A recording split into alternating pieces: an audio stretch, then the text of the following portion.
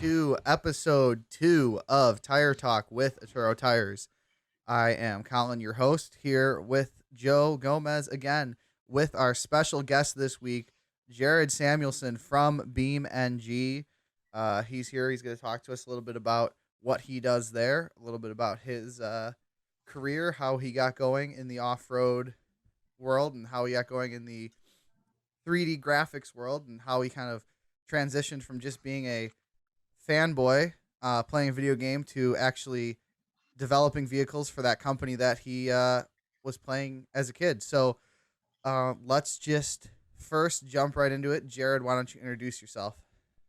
What's up? I'm definitely a car geek at heart. Always have been. I had this big dream of designing cars for Chevy and Ford and Toyota, and turns out engineering class is really intense. So I've kind of found my own path through video game art, which is cool because I'm still designing cars. And looking back, it's like I almost enjoy the video game car design more than real life design because I have total freedom. And I combine my video game 3D art knowledge with real life car building knowledge. So I've pretty much grown up in a junkyard, and that's inspired me to do car builds. I've never been, rich enough to do these crazy car builds, so I learned how to do them in 3D, and just kind of kept practicing until I made my way into the industry. So that's a short version of it. And you might know me from my yellow bug eye WRX that I've completely modded out, did the whole do-it-yourself engineering type of stuff, photo scanning with the DSLR, importing into a 3D program. There's free software like Fusion 360. Well, free until you make $100,000, and you could do stress testing and all that type of stuff. And so that's pretty much the short introduction. We could go into the whole story now on how I got into it if you'd like. I'm showing a few of the renderings and the 3D scan and a little bit of your work. I got the buggy that you helped design for us with BeamNG for SEMA, as well as the Subaru here, and some other of the 3D scanning you sent me of the Subaru. So I think it's really cool how you kind of took, like you said, and I think this is what is great about the car community in general, is the fact that you really don't need a lot of money. You don't need to have some sort of crazy expensive build. You don't need to spend thousands of dollars. You can do something cool and have fun on a budget. And I think it's great, especially in the aftermarket. There's so many different tiers of parts. And granted, there's still crappy parts out there, and I get that. But there's good parts you can get on a budget now and do things. And especially with, like you're talking about, with 3D scanning and modeling, more than ever, people have the ability to build things themselves. I guess maybe I'll throw it to Joe, and Joe can, because you and Joe met long before me and you met, Jared. So maybe Joe can talk about when you guys first met, and then we'll go into a little bit more in depth about how you found your way into this industry. Real quick, just a quick shout out to Renee's actually on Renee Crovador, and he's from Brazil. Yep. So that's pretty cool, man. It's cool that he's on. And then Travis. All right, so we're about like 14. Nice. Even Knuckles, nice. So how Jerry and I met SEMA, maybe it was like what 3 years ago, 4 years ago, or something like that. Oh man, such a long time ago. It's a very, very long time ago. And yeah, I was just started working at Atturo, and passed by the booth, hit it off. And back then we had a CGI video playing in the booth. So you stopped by to look at that, and you're giving me some feedback on that stuff, and you're like, yeah, maybe we could do something like that. Like a small image. Image was the idea, and then that turned into what last year was at SEMA at the outside booth that we had the demo for the BeamNG demo with the truck in there and the Boss tires. That was pretty fun, actually, which is something that we're kind of still working on. But yeah, so then, and it's funny because Jared was actually there when we did the teardown too on that same night. So it was the last guy to hang out with us. That's pretty fun, man. That's good. I mean, technically, my bug eye did make it in the SEMA. It was just after it closed. So I don't know if I could say it was in the SEMA show. It was a SEMA vehicle. And in honor of Moab last week, I do have my Easter Jeep Safari Moab Brewery Cup with some Red Bull going here. And I should say, Red Bull does not sponsor Tire Talk with Atturo Tires, but if anybody's from Red Bull is watching, you should. I could use some, so please. Oh yeah. sponsor this relatively stocked WRX. Yeah. So, Jared, if you want to start, like, let's talk about how you got into the industry, because you said you started playing BeamNG when you were 13, correct? Yeah, so I mean, it was like the previous version of the video game called Rigs of Rods, but the I guess the whole story. So when I was a little kid, I was pretty into video games, like most 12 or 13-year-old kids. And that was around the time when the 2008 economy collapse happened. So my parents are like, "Oh, well, we can't buy you any more video games." And I'm like, "Okay, whatever, I'll figure it out," And screw going outside. That's lame. Who needs the sun? And so I got really into just downloading mods and changing the game using other people's files and everything and turning them into new games, basically. So like Gary's mod, Counter-Strike, Live for Speed, and then Rigs of Rods. And so Rigs of Rods is the original version of BeamNG, and it was extremely simple to mod, and they had a lot of tutorials and everything. And so I'm like, it's cool downloading everybody else's mods, but I kind of want to see what I could do. And so I did the common thing of like, going into the code and changing the engine power from like 400 to 40,000 and just seeing what happens, just smash it into a wall. And then from there, just being like a bored 13-year-old kid over the summer, I just kept practicing, learning the code, and then posting my artwork up on the forums, which was really helpful because everybody was giving me critique. So, and I found this open source 3D art program called Blender, which is funny because back in the day, it was almost nothing. It was the program you used when you're too poor for Max and Maya, which were the industry standards. But a 13-year-old doesn't have $3,000. And so I just went with Blender and kept practicing. I'd make a mod and then post it on the internet, and then they would critique it like, "Oh, okay, if you had an ambient occlusion layer, it'll kind of separate the surfaces a bit more, and kind of make it pop, add some scratches around the edge, that type of stuff."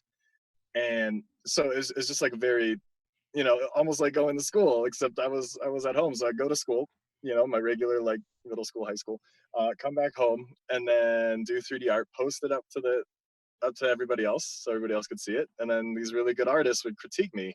And so it's almost like a second school outside of school. And so I kept doing that more and more mods. And then eventually there's this group called the Invited section in Rigs of Rods, where if you're a really good modder, I think it gave you access to the early betas and more direct contact to the people that have created the game. And that was really cool. And what's funny is that's how I met a lot of the people that I work with today is, like this 13-year-old kid on the forums. And I met the CEO, Thomas, and Gabe, which is the vehicle artist, the art director for the vehicles, and we were going to collaborate on a truck a long time ago. But I met all these people when I was like 12 or 13, and it's funny because like I did the Rigs of Rods thing, modded that for a while. I'm like, I really enjoy this. I really want to do this for a living, but it was kind of on the back burner. When I was 16, I got my first job taking, how like when you write your stuff down on like paperwork for insurance. I was a kid that took the writing and put it into the computer, and that job sucked. I mean, the boss was amazing. Simple data entry, basically. Yeah, exactly. And it was almost, I mean, it was great that job sucked so much that it really inspired me to get into video games. I'm like, It inspired you to do something besides that sucky job? Exactly. Yeah. Where if I had something that was sort of fun, I might have just been content with where I was. But I'm just like, I'm not going to do this for a living. Like, screw this. And so there's no industry in Arizona, really. It's just non existent. And so the only option I had was to go freelance. And so I learned a bunch about starting my own business, how to write contracts, quoting, all that type of stuff, and then applying to every single job I found on the internet on the Blender forums. And so I kept doing that over and over again. I was competing against 150 people generally every single time. And I got my first job when I was 17 as a architectural 3D artist. And so basically taking those guys' concepts and rendering them out. And from there, I'm like, oh, this is great. It's addicting. And it was pretty decent money for, a 17-year-old. And I kept doing that. And then I kept applying to more and more jobs. And, as I kept building my client base, I had so many side jobs. I'm like, this is getting really good. Also know the trick with pricing. So how I figured out my price is I kind of figured out the minimum that a 3D artist would charge, and that was the first job I charged the minimum, and then the next job I'll do $5 an hour more, and the next job do Hmm. $5 an hour more Until on you top of find that. that threshold where we're charging a little bit too much, and then you dial it back. Yeah, exactly. People are going, I don't know about that, and that's kind of how I found my rate back in the day. I saw some advice somewhere on the internet for that, and so I was still going to college. Everybody was telling me, oh, go to college, go to an art school, that type of stuff. And I just went to a basic community college and got my associates of arts, Yep, so I did 2 year too. degree. I did my first 2 years at community college. Ah, sweet, high five, Great, yeah. great, great for any kids listening out there thinking about community college. Great option. Don't let anyone tell you otherwise. Yes, going to a 4-year university is. And again, I'm not. This isn't me bashing a 4-year university. If you know what you want to do and you know the school you want to go to, great, do it. More power to you. Or if you're getting scholarships for whatever, that's great. Do it. But if you don't know what you want to do, but you want to advance your career, go to community college for 2 years, save some money, take 2 more years to really think about it, do that sucky job that makes you realize you don't want to do this, and then go find something to do. Exactly. There's so many people telling me I had to go to an art school to get into the industry, and I'm like, I don't have the money for it. First of all, like I don't want to put myself in $40,000 of debt for a maybe because I know it's a very competitive field.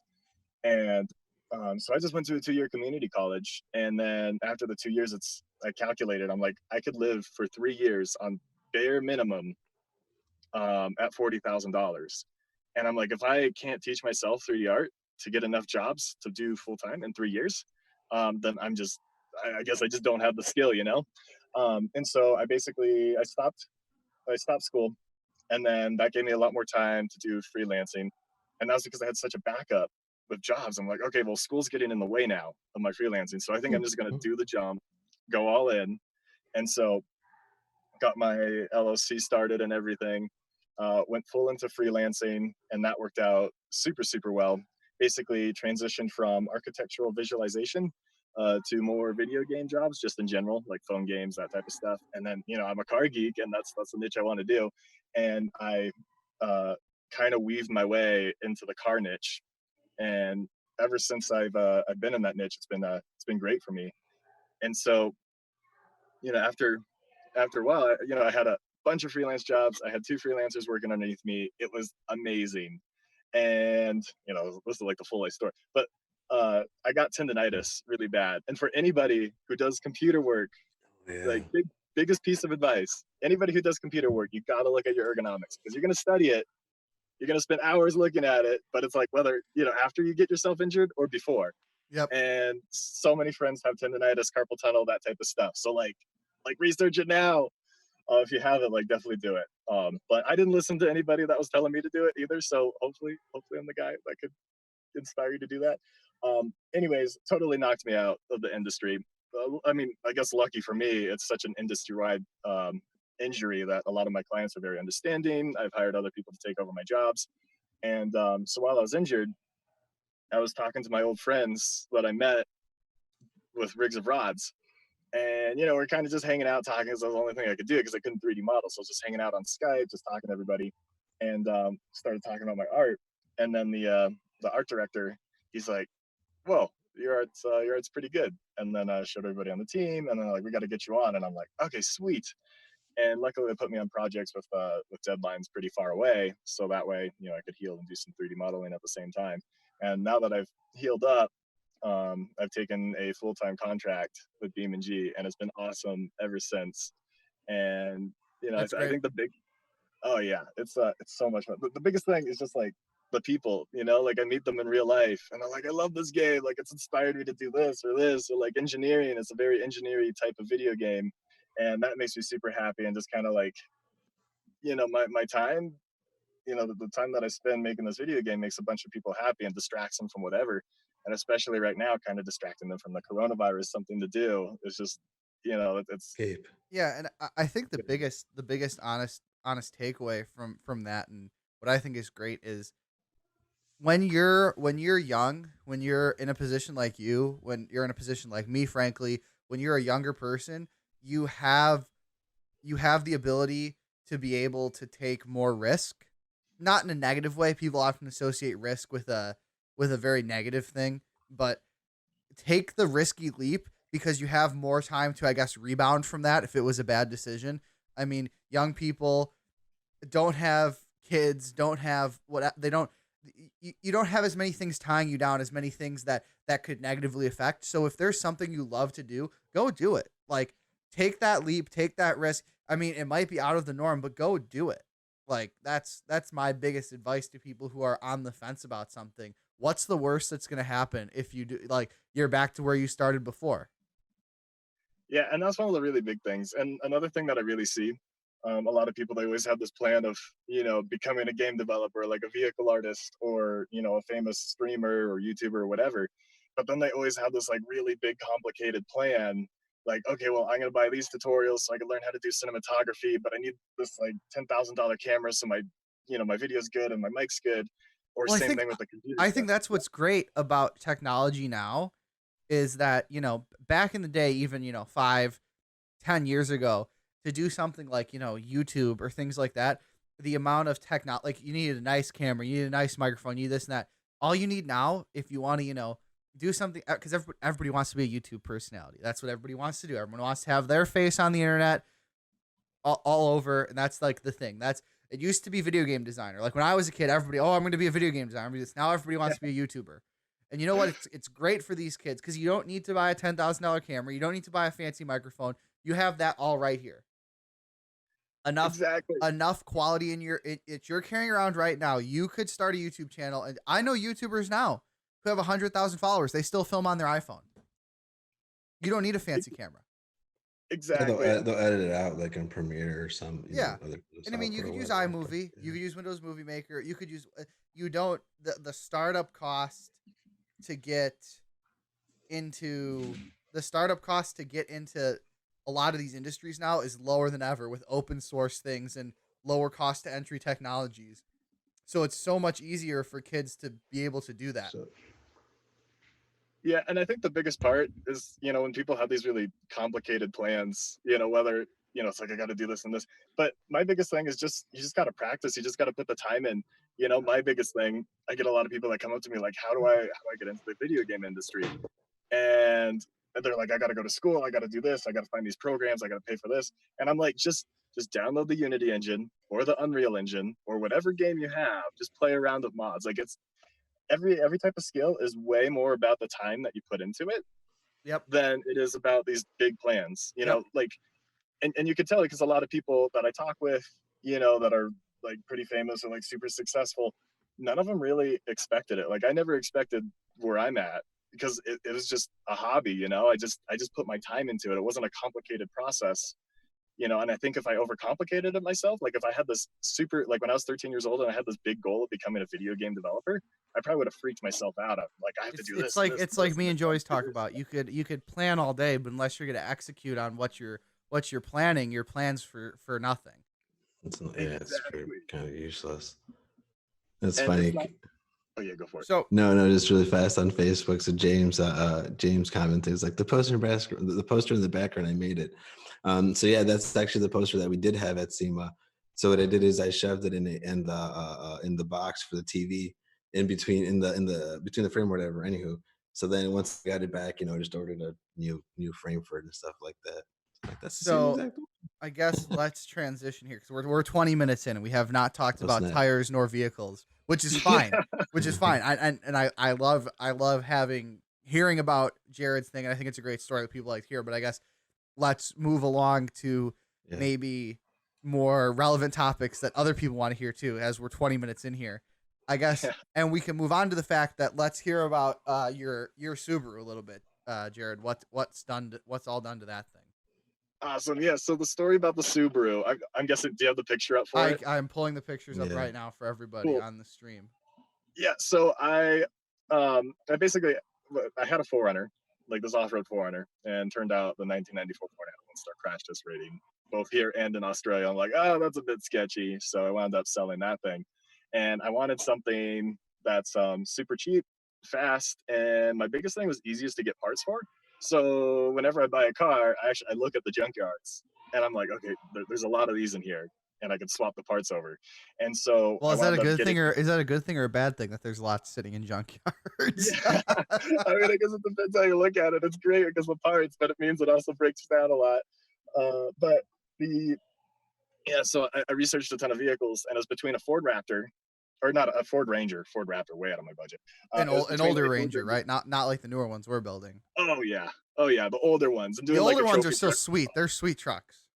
Oh, exactly. Like pretty reliable. Parts are cheap. You can find those in the junkyard. Like awesome car.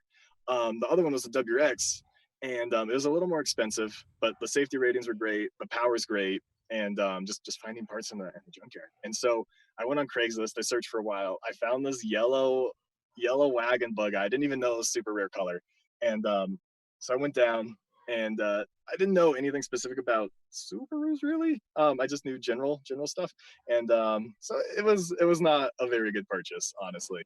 The one day after I owned it, the bolt came out of the timing belt, Nice. Good or times. out of the timing belt area, landed on the belt, went through all the gears, shattered everything. I had this car for 12 hours. It's because they forgot to tighten all the bolts. And I'm like, what? Are you serious? So I wound up rebuilding that. They slotted the struts all the way through, so I had to replace the struts so that my wheels wouldn't come all the way off. There was just like a lot of issues, and it was lowered too, which I thought I would like at the time. Like, cool, lowered vehicle, it's different. Stance But then I Nation, got baby. exactly bottom out over a Pop Tart. Um, Probably could have bottomed out over a Pop Tart. It was pretty low. And then I hit everything, and I was super tired of it. I always wanted to go off roading. Like I love camping, like just hitting the dirt roads. And so I'm like, oh, this is super frustrating. But then, a big part that drew me to Subaru too was the rally racing. And these are really strong cars for off-roading. So I'm like, okay, well, I'm gonna lift it with Forester struts and just kind of see what I think. So I traded my friend my lowered springs for his lifted Forester struts. Threw that on. You can literally bolt it on, and you get a 2-inch suspension lift, or 3 inches, something like that. And I loved it. Like it was just drifting on the dirt roads and really great for off-roading. And so that got me addicted back into the off-road scene like I did with my Foreigner. But now I have a Subaru, and they don't make off-road parts for a Subaru. So then I had to learn how to weld and basically engineer my own stuff. So there's this cool thing called photo scanning. So I use the program Agisoft Photo Scan. You take a bunch of pictures with the DSLR. You can do it with your cell phone. There's free apps out there if you wanted to try it. And you basically take a bunch of pictures of your object, and then it'll automatically align the cameras. And then from there, it'll be like, I recognize this pixel cluster here, this pixel cluster here from these two cameras, and it'll align and create a vertice. And when it does, like 3 million of those, you have a fully accurate 3D model. I don't have accurate tools to test it within more than 1/8 of an inch across the entire vehicle, but it was pretty accurate enough for me. So I imported that into Blender and then 3D modeled my front bumper, my rear bumper, tire carriers, skid plates, all that type of stuff. So I photo scanned my subframe and the body and created everything for that. Created those plans, got a tube bender, and then bent it all up, coped it, learned how to welded everything together. I also did stress testing in Fusion 360, and that's that program I was telling you about earlier, free up to $100,000. But you could do finite element analysis in there, so you can kind of get a range on how strong your part is before you actually build it, which is really nice. But because the photo scanning is so accurate, I was able to test, so like the tire care, I was able to test to make sure my back door could open, and the tire thing could open, and get my clearances really close, so my tires as low as possible for center of gravity. Everything's as strong as I could possibly make it. And from there, I upgraded to bigger tires, and I basically off-roaded the crap out of this thing. So it's got 200,000 miles. I did way more than you should with the Subaru with it. All my bushings are blown out, and it got to that point. I mean, it's not a Jeep. Like that's it's like everything's gonna blow out, so you have to modify everything. Well, everything blows out on a Jeep too. Ask us how we know that. Oh wait. Terrible. I know. I got to go. Yeah, Joe. What happens when you jump a Jeep? What happens to the suspension on it? First, I just got to kind of chime in on some of these comments. I think it's pretty funny. Yeah. Like James, we got Rich also actually, and Rich, he said he posted some photos from the website as he promised me back at Pismo Beach. Pismo Beach is an event that happens in October at Oceano Dunes in California. Joe, what are you talking about? I'm at Pismo Beach right now. Well, that's what I was leading into next. But so yeah, I was just talking with the guy that organizes it today about that coming together, and then we got Dinsmore Racing that came on from Canada, so that's pretty neat. That's actually really cool. Speaking of suspensions, like they would definitely know a thing or two about that because they race. Well, they used to do pro lights, and then now they're into Pro fours and stuff. So yeah, it's so cool that they're on. And then Brittany, obviously, and Nate knows. Yeah, Nate would definitely know About jumping a thing or two about jumping a sending Jeep. something. Yeah. So okay, you know what? That's actually a funny story. So we were doing a photo shoot one time, and the people we were working with, they showed us some images, and one of them was a picture of a Jeep flying over this hill, and we're like, yeah, that'd be funny. You're thinking it's just as a joke. So we get done with all the images. We get down to that part, and the guy's like, so when are we gonna jump that hill? I'm like, wait, you're serious? He's like, yeah, I'm serious. I'm like, okay. So No, Nate, Joe, you've started the story too late. You have to start with the part of the story that happens before the photo shoot, where you guys arrive the morning of from Florida. oh my god. Photo shoot, man. Because yes. Joe forgot that there was a photo shoot scheduled for that day. So they came back a little later than they had planned and showed up the morning of the photo shoot immediately after Jeep Beach, which is this weekend, or was supposed to be this weekend. Immediately after Jeep Beach, show back up at HQ, only to find out that they have a photo shoot to do that day. It's like a surprise. Oh no. So yeah, they did end up like sending it, and it flew through the air. We got some good pictures, all 4 tires in the air and stuff like that. And we actually have some Terraflex shocks on it. So I'm on Terraflex's website. I go to their FAQs, and in there it actually has a part where it talks about if you fly your vehicle, whatever. And I'm like, man, I feel like sending them this picture because it's like you're saying that you're, like check this out. Actually, we really actually did that. So it held up good. I just think that over time the track bar mount it did kind of fail on me a little bit one day. It might have been slightly user error, maybe like going up on top of snowmounds and whatnot, and maybe flexing a little too much back then. That's pre before all these parts. That was when Joe was still an amateur Jeep owner. Yeah.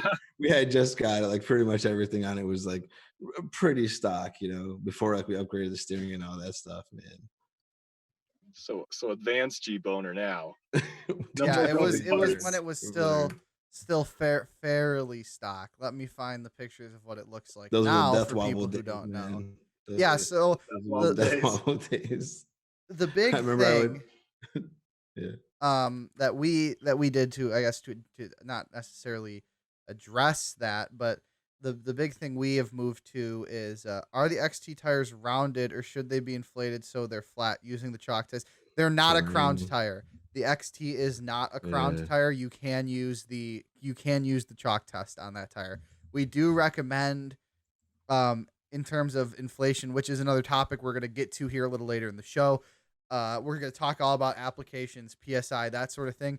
But to touch briefly on your question in the comments, Joseph, and for everybody watching this after the fact, if you want to ask questions during Tire Talk, if you're listening to the podcast on Spotify or if you're watching this on YouTube, you can ask questions live Thursdays at 7 p.m. if you tune into our Facebook. But to answer your question, Joseph, it is not a crowned tire. I know that's a big topic right now because I believe it was Milestar is really pushing, telling people that their tire is crowned. I forgot which one it is, Joe. Is it the Patagonia's is a crowned tire. Ours is not a crowned tire. So I know there's a lot of stuff going around in the internet right now about flat versus crowned tires. And yes, you can use the chalk test to test our tires, but we do recommend at least starting with either the PSI calculator on our website or starting with your manufacturer PSI as a baseline. And then you could start to lower it off from there. But you should be aware you don't want to go too low. And we always say for on-road, you really shouldn't go lower than your manufacturer PSI for safety reasons. I mean, that's obviously up to you and your discretion. If you feel it rides better, then that's all. That's your call. But if you're running them underinflated, you're doing so at your own risk. And then in terms of, does come down to driver too, right? Yeah, and it comes down to driver and driver preference. But if you're off-roading, that's a completely different story. Yeah. You can run them I would recommend running them significantly lower. We run our Trailblade Bosses on the Jeep when we're off-roading at around 7 to 10 psi around there. But we Yeah. have bead locks, so you should take that into account when you're talking about things like that. So we do have bead locks on ours. I have the pictures up now finally from the photo shoot. These aren't the bead locks. Yeah. These are 3820s, but we do have a set of Ultra Wheel extreme bead locks on them that we run. So that is why we run them so low. When you're off road, you're running 15 to 12. That's probably a good place to be. I say never under 10 if you're not running on a bead lock unless you're a very experienced off-roader, because you can go lower than 10 on a bead lock. You can, and you'll be okay, but you have to know how you're wheeling it and be very careful not to pop a bead. Anything you want to add there, Joe? I was gonna say no. Yeah, I was answering back really fast on some of these. Like with Joseph had that question about running 35, and then he runs them at 29. Not sure percent what vehicle we had yet, but like for us on the Jeep, I put them right now at about 30, and then 30, 31. I mean, it does say 35, depending, I believe, to the tire model that you have. Currently, we have the Boss on there. Yeah, he said he's running the XTs. XTs. So yeah, I would, and then 12 to 15 when he off like Joe roads. said, That's a good with range. the super chips in the comments there, Joe mentioned the super Yeah. chips tuner. You do definitely want to look into The tire size and the tune it out. You do definitely want to look into Just like, oh yeah. if in severe duty racing below 15 psi overheats the bead area. Yeah, well, Ooh. in Dinsmore, I'm talking about Jeeps mainly, where you're not going to go high speed. But I agree, you don't want to go low if you're going to be going high speed. You'll have major issues. You never want to run those low psis on the street. You don't. For very limited, if you have to, if you're in a bind to go get air, that's why we recommend running an air setup. On our Jeep, we have an onboard ARB compressor for our lockers. We don't currently have the air up thing for that, but we are carrying a power tank, a 20-pound power tank that we carry with us. And then we have the compressor as well that's going to be set up as a fail-safe. But you're also, in our Ranger, we have an ARB compressor as well that's going to run the locker and be able to air up tires. So we highly recommend, if you're going to be doing serious off-roading, to have some sort of way to air up your tires and air down your tires for that fact. If you are using air downs, that'll make your airing down significantly easier. But you definitely are going to want something with you like that, because you should not be driving on the road. But going back in terms of gas mileage, whenever you're running bigger tires, and this is the biggest thing, everybody thinks of wheels, tires, suspension. There's a lot of other supporting mods that go into running bigger tires than just being able to physically fit them. That is yes, important to physically fit them. You want to have good articulation and be able to clear them. But the other very important thing is to be able to have the steering for it, the correct, I totally lost my train of thought. Steering, axles, Yeah. and there's something else I was gonna throw in there. This is why I should talk about steering components. You're good. I'm supporting mods for bigger tires mainly. Yeah, no, that, you know what, man, like, exactly. That was one night, fun thing about the Jeep is that we didn't change all broke the a lot of parts. stuff. I don't know, dude. That's horrible. This is getting recorded, man. That's fine. I want people. We're not perfect, and I want people to know, like, that's what you learn. Yeah, that, you're right. and at the end of the day, I think it's good for people to understand. I mean, it's not the best. You don't want to learn that in a wheeling situation or something, but I think it's good for people to understand where they're creating weak points, because you will always have a weak point. Yeah, You're just moving. You're just moving the weak point. Oh, yes, James, these are great pictures. And again, if you're listening to the audio only version of this, go to our YouTube channel and watch, because you can see the pictures I'm showing on stream right now. These were taken by Jamie Link Photography out of Chicago. Great photographer. Be sure to go look him up if you need any sort of photography needs, vehicle or otherwise. He's also a certified drone pilot. So great guy to work with. We're going to use him again in the future for sure. But yeah, these are some great images he took of our Jeep just after SEMA, and this is everything we did to it before SEMA. But so on that topic, there is upgrading mods to see. We have the PSC Hydro Assist. We have all the Steer Smarts components. And that's what a lot of people don't realize. There's more that goes into gears. That's the other thing. Thank you, Joseph. Gears is what you want to remember you need. A tune and gears, because a lot of people throw on bigger tires, don't upgrade those other things, and then they don't like that their gas mileage is bad.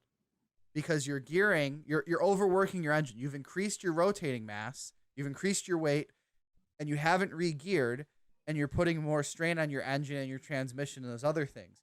There's a reason that the Jeeps comes with the gears they do, because the manufacturers Jeep has designed everything, those gears, those steering components, everything's spec'd to work with everything else that they put on their stock. So as soon as you start changing stuff, yeah, it might work for the time being, but it might not be perfect. So we did things. We upgraded the axles. We changed out our rear locker. We put in RCVs. We upgraded the steering. We switched to hydro assist. Like, these are the things that people don't necessarily price out when they're talking about building a vehicle, and they forget that you need these other supporting mods besides just physically making the tire fit in the wheel well. Yeah, it's the same thing with the Subarus too. I see it all the time where people put massive tires on their Subaru, but even just the 2-inch difference from stock to what I have now, I'm super limited gearing wise, especially since I don't have a transfer case, so I can't go high low range, and yeah, so a lot of people toss these big wheels onto the Subaru, and their gearing's really really bad because it's already like a normal daily driving car, but then you can't climb anything. A 2-inch difference makes a lot. So definitely have to factor that in when you mod. Like, if you just toss tires onto anything, there's so much more to it. And I think you definitely hit I see a lot of mistakes too with almost like the engineering side of things. If you reinforce something, it's going to put a weak point somewhere else. So you kind of have to chase that tail, or have a weak point where it's easy to fix. And that's what people don't understand, like, because people go and upgrade all their stuff right away, right out the gate, and people don't realize that you're moving the weak point to maybe somewhere you unknowingly are. Like, oh, I'm going to upgrade my gearing and this and that. I'm going to upgrade my axles. I'm going to do this. And okay, so you've put upgraded axles in. You've put bigger wheels and tires on. You've upgraded your steering. Your weakness now is your ring and pinion, which, yes, that's going to be what breaks because you've put all this other stuff on. But what's easier to change out and on the trail? An axle shaft or a ring and pinion? Axle shaft's going to be significantly easier than pulling a ring and pinion on the trail when you blow one up. So it's learning where your weak point is. And I mean, yes, maybe you'll break the axle more often, but it all depends on how you're wheeling it.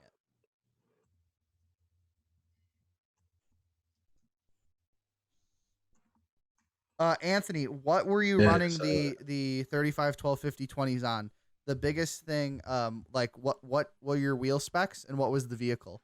Because that's what I'm gonna jump into that now quick. Yeah, because a lot of things we hear from people, and granted, take this for a grain of salt. I'm not in the warranty department, but I like to think I know a thing or two about how tires work and applications of tires. And like I said, take this all with a grain of salt. But the biggest thing we see when it comes to warranty claims, and our warranty claim is less than 1%. The biggest thing we see when it comes to warranty claims is people having a misapplication of their tire. And that can mean a lot of things, having a misapplication. It's not necessarily just stretching the tire, and it could be stretching the tire. It's not using the correct load range. We see a lot of these 3/4 ton and 1 ton trucks running a tire, an MT or an XT, that isn't spec'd for that weight. So you said you had it on a 2015 Ram 1500 22x12 -44. So that brings me into my point.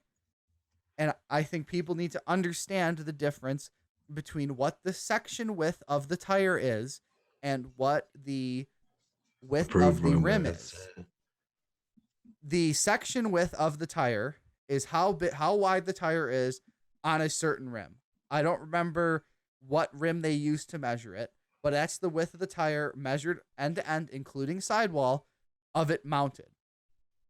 The approved rim width is different, and that's usually less than what the section width is.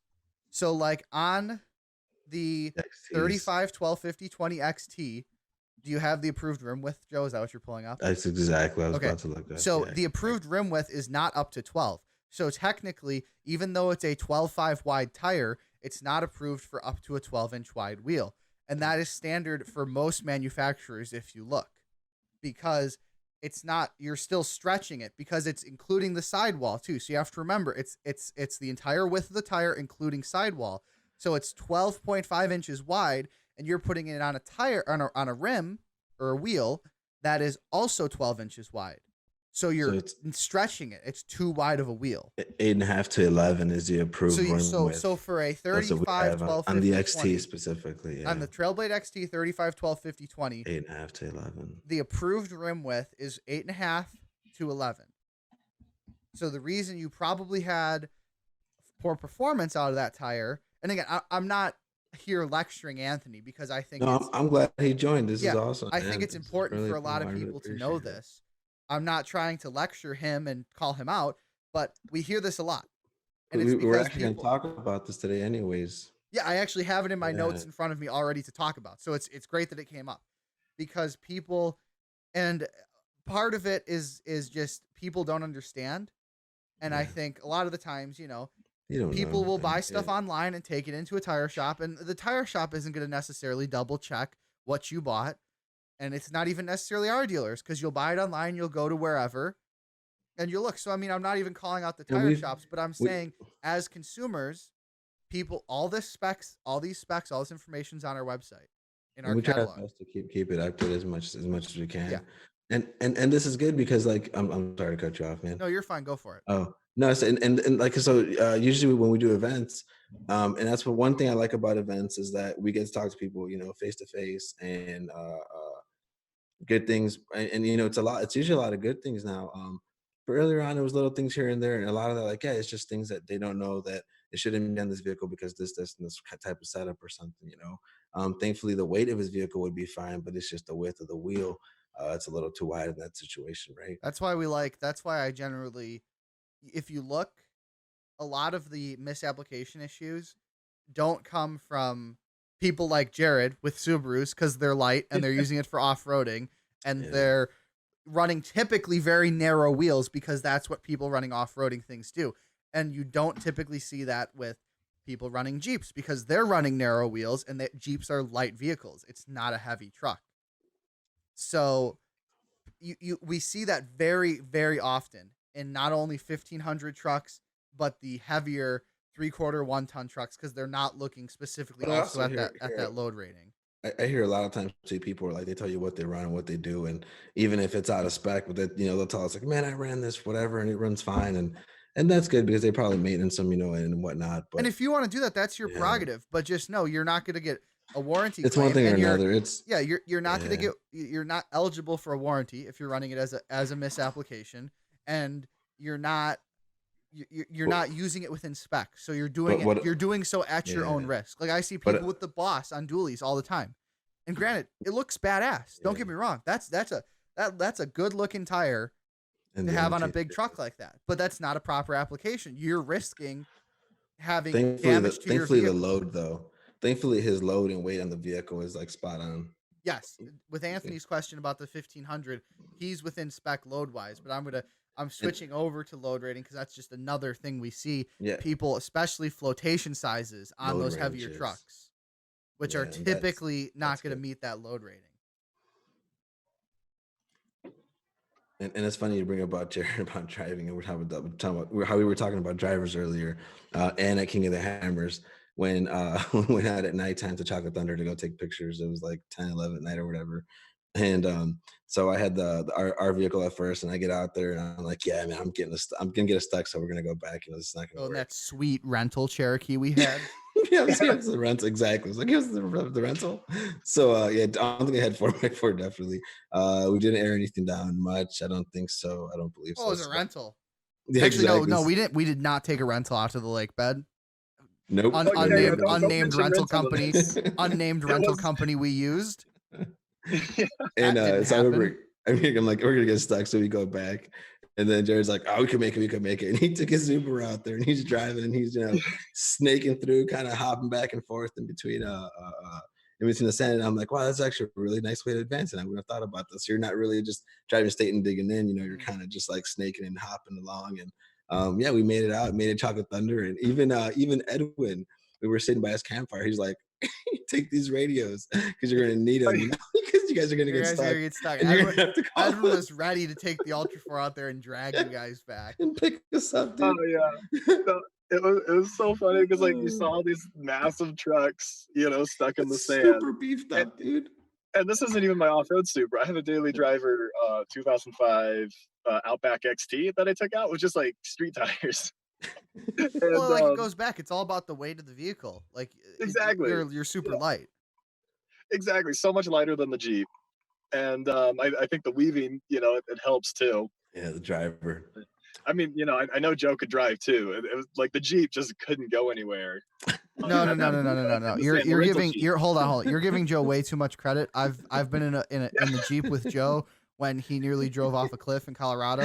Oh jeez. Because he was taking pictures while trying to wheel. Oh no! Yeah. Joe doesn't trust my photography skills, so he has to drive and hold the camera out the window and then put one wheel off the edge of the road. Yeah, it was just great. After that, I was like, yeah, I'm gonna have to start using stands a little more often because even the Jeep in front of us, the guy jumps out of his vehicle. He's like freaking out, dude. I'm like, oh no, we're fine. He's just an idiot. We're good. Don't worry. It's okay.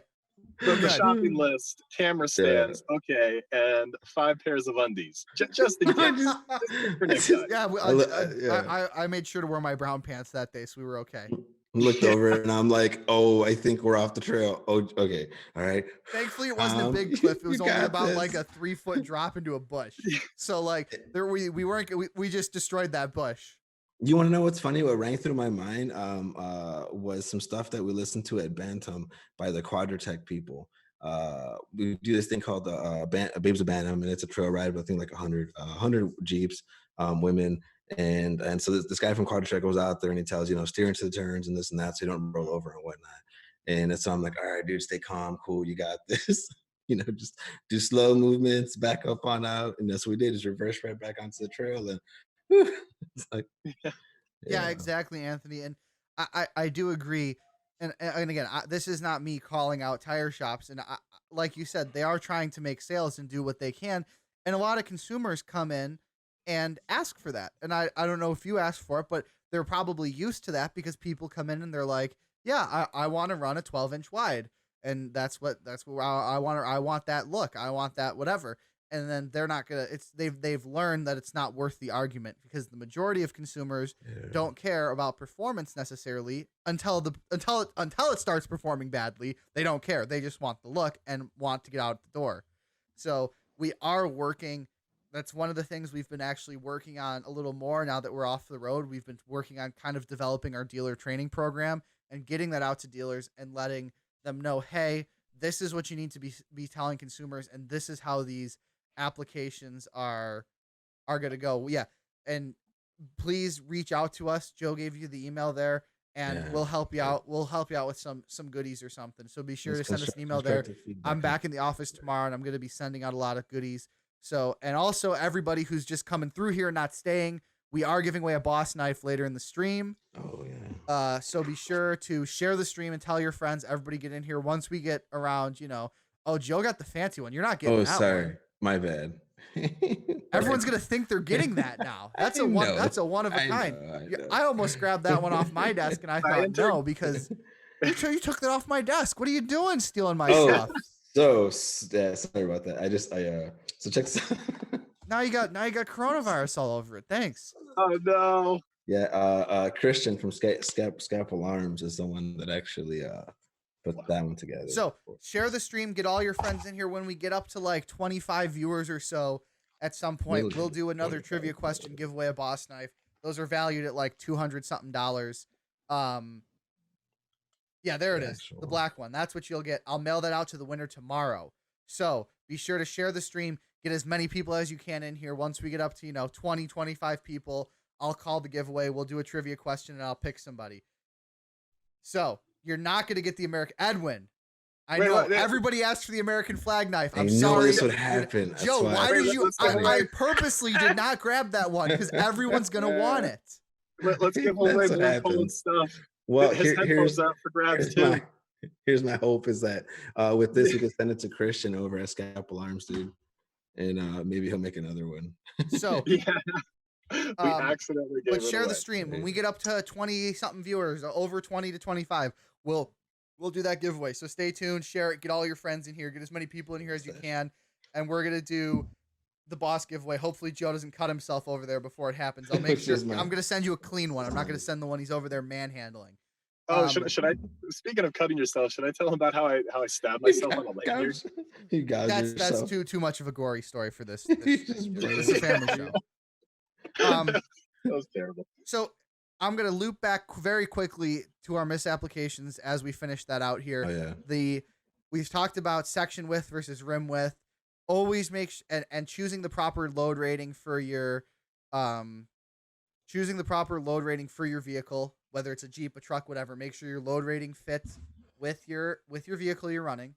Look that up. It's not just ply rating. Ply rating is still used, but ply rating is generally an outdated measurement. It's not even true. There's not even truly 12 or 10 or 8 plies in the tire. That's not how tires are made anymore. So look at your load rating. Make sure it meets or exceeds your current load rating on your truck, the OEM standard. And then make sure the section width is approved for the rim you're running. And then once you get your tires, make sure you're running the proper PSI for your application. Like we talked about earlier in the show with Jeeps, you want to make sure you can do the chalk test, which I think is generally a good test if you have a lighter vehicle like a Jeep or like Jared has a Subaru. If you have generally a lighter vehicle, the chalk test is good. If you're having a heavier vehicle or a vehicle you tend to tow with, you're generally going to want to have a higher PSI. And to figure out the optimum PSI, you're going to want to step up to our PSI calculator, look at that, and that gives you a good starting point. And then you want to make sure you do, with any tires, ours or regardless, make sure you monitor your tires and how they're wearing, because a lot of the times we get issues and people email us when it's too late. And if you reach out and show us pictures early on, we can help you mitigate that by telling you, hey, you have to update your steering components. Hey, your alignment's out of whack. Hey, got to change your tire pressure. There's ways we can do this before they're super worn down, and then we could have helped point you in the right direction. So it's making sure all your components are also up to date, because often tires are the symptom of something else. You're just seeing that because something else is worn. So you want to make sure everything else is in spec and new and working as it should. Joe is new Vanna White. So because the hand model. We were talking about vehicle builds, Jared's build. We're talking about the Jeep. So our latest build and what we just finished up here is finished up the first stage of is the 2019 Ford Ranger, which anybody who actually knows me knows I'm a very big Ford person. I got my Ford hat on. That's backwards, but a very big Ford person. I always have been. Say what you will about Ford vehicles, but that's just what I like. So we fit on there originally, stock lift, no lift, the 265 7017s. These are granite alloy wheels with a plus 25 millimeter offset versus the factory. What was the factory? Plus 55 millimeter offset. And these are 17 by 8.5s. The factory ones are 17 by 8s. That's what it was. So we fit these stock with basically no rubbing in the front. There was very slight, if I was like full locked backing over like a corner going uphill, like basically you'd never get in a situation like that. So now we just upgraded it. We mentioned this last week, but I got some pictures now. We just upgraded it with the ARB locker in the rear with the red ARB heavy duty diff cover, Fox 2.5 coilovers in the front, and Fox 2.5 shocks in the rear.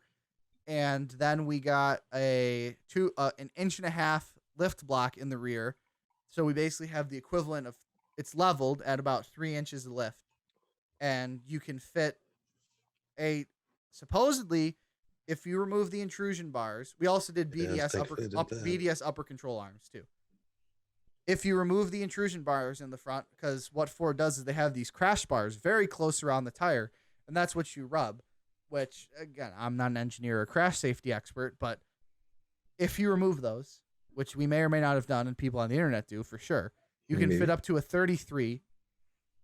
But we'd Tire like to run. space. We'd like to run 35s or 37s. Yeah. And we may be doing some other stuff to do that, courtesy of ADV fiberglass and ADD off-road bumpers. But that's soon to come. We're going to change out the bumpers, change out some other things that may or may not be going to fiberglass, and you can guess what those are going to be. And look at that AT right there, man. I mean, the AT is a great looking tire, but I mean, it for what this truck is, it gets. I think that's the same tire. Jared, isn't that what you ended up getting to, right? It was the ATs? Yeah. Sweet. It's the only one small enough for a Subaru. ATs. Yeah, I know that's so funny because, like, you know, all these Ford Rangers and stuff, there's so many bolt-ons. Things fit awesome bolt-ons, but I'm gonna have to get the good old Sawzall out. The Razor, there's surprisingly less bolt-ons than I would have thought in terms of aftermarket support. Yeah. I mean, there's a decent amount of stuff, but in terms of, like, there's a lot of stuff that's really expensive. I'll tell you that. There's a lot of stuff that there's not a lot of cheap stuff. There's not a lot of competition. I guess that's the word to use. So the prices generally haven't come down yet in terms of aftermarket parts. Like, you look at stuff for the Jeep, there's so much competition. You can get everything from, you know, the cheapest rough country lift all the way up to a rock crawler long arm.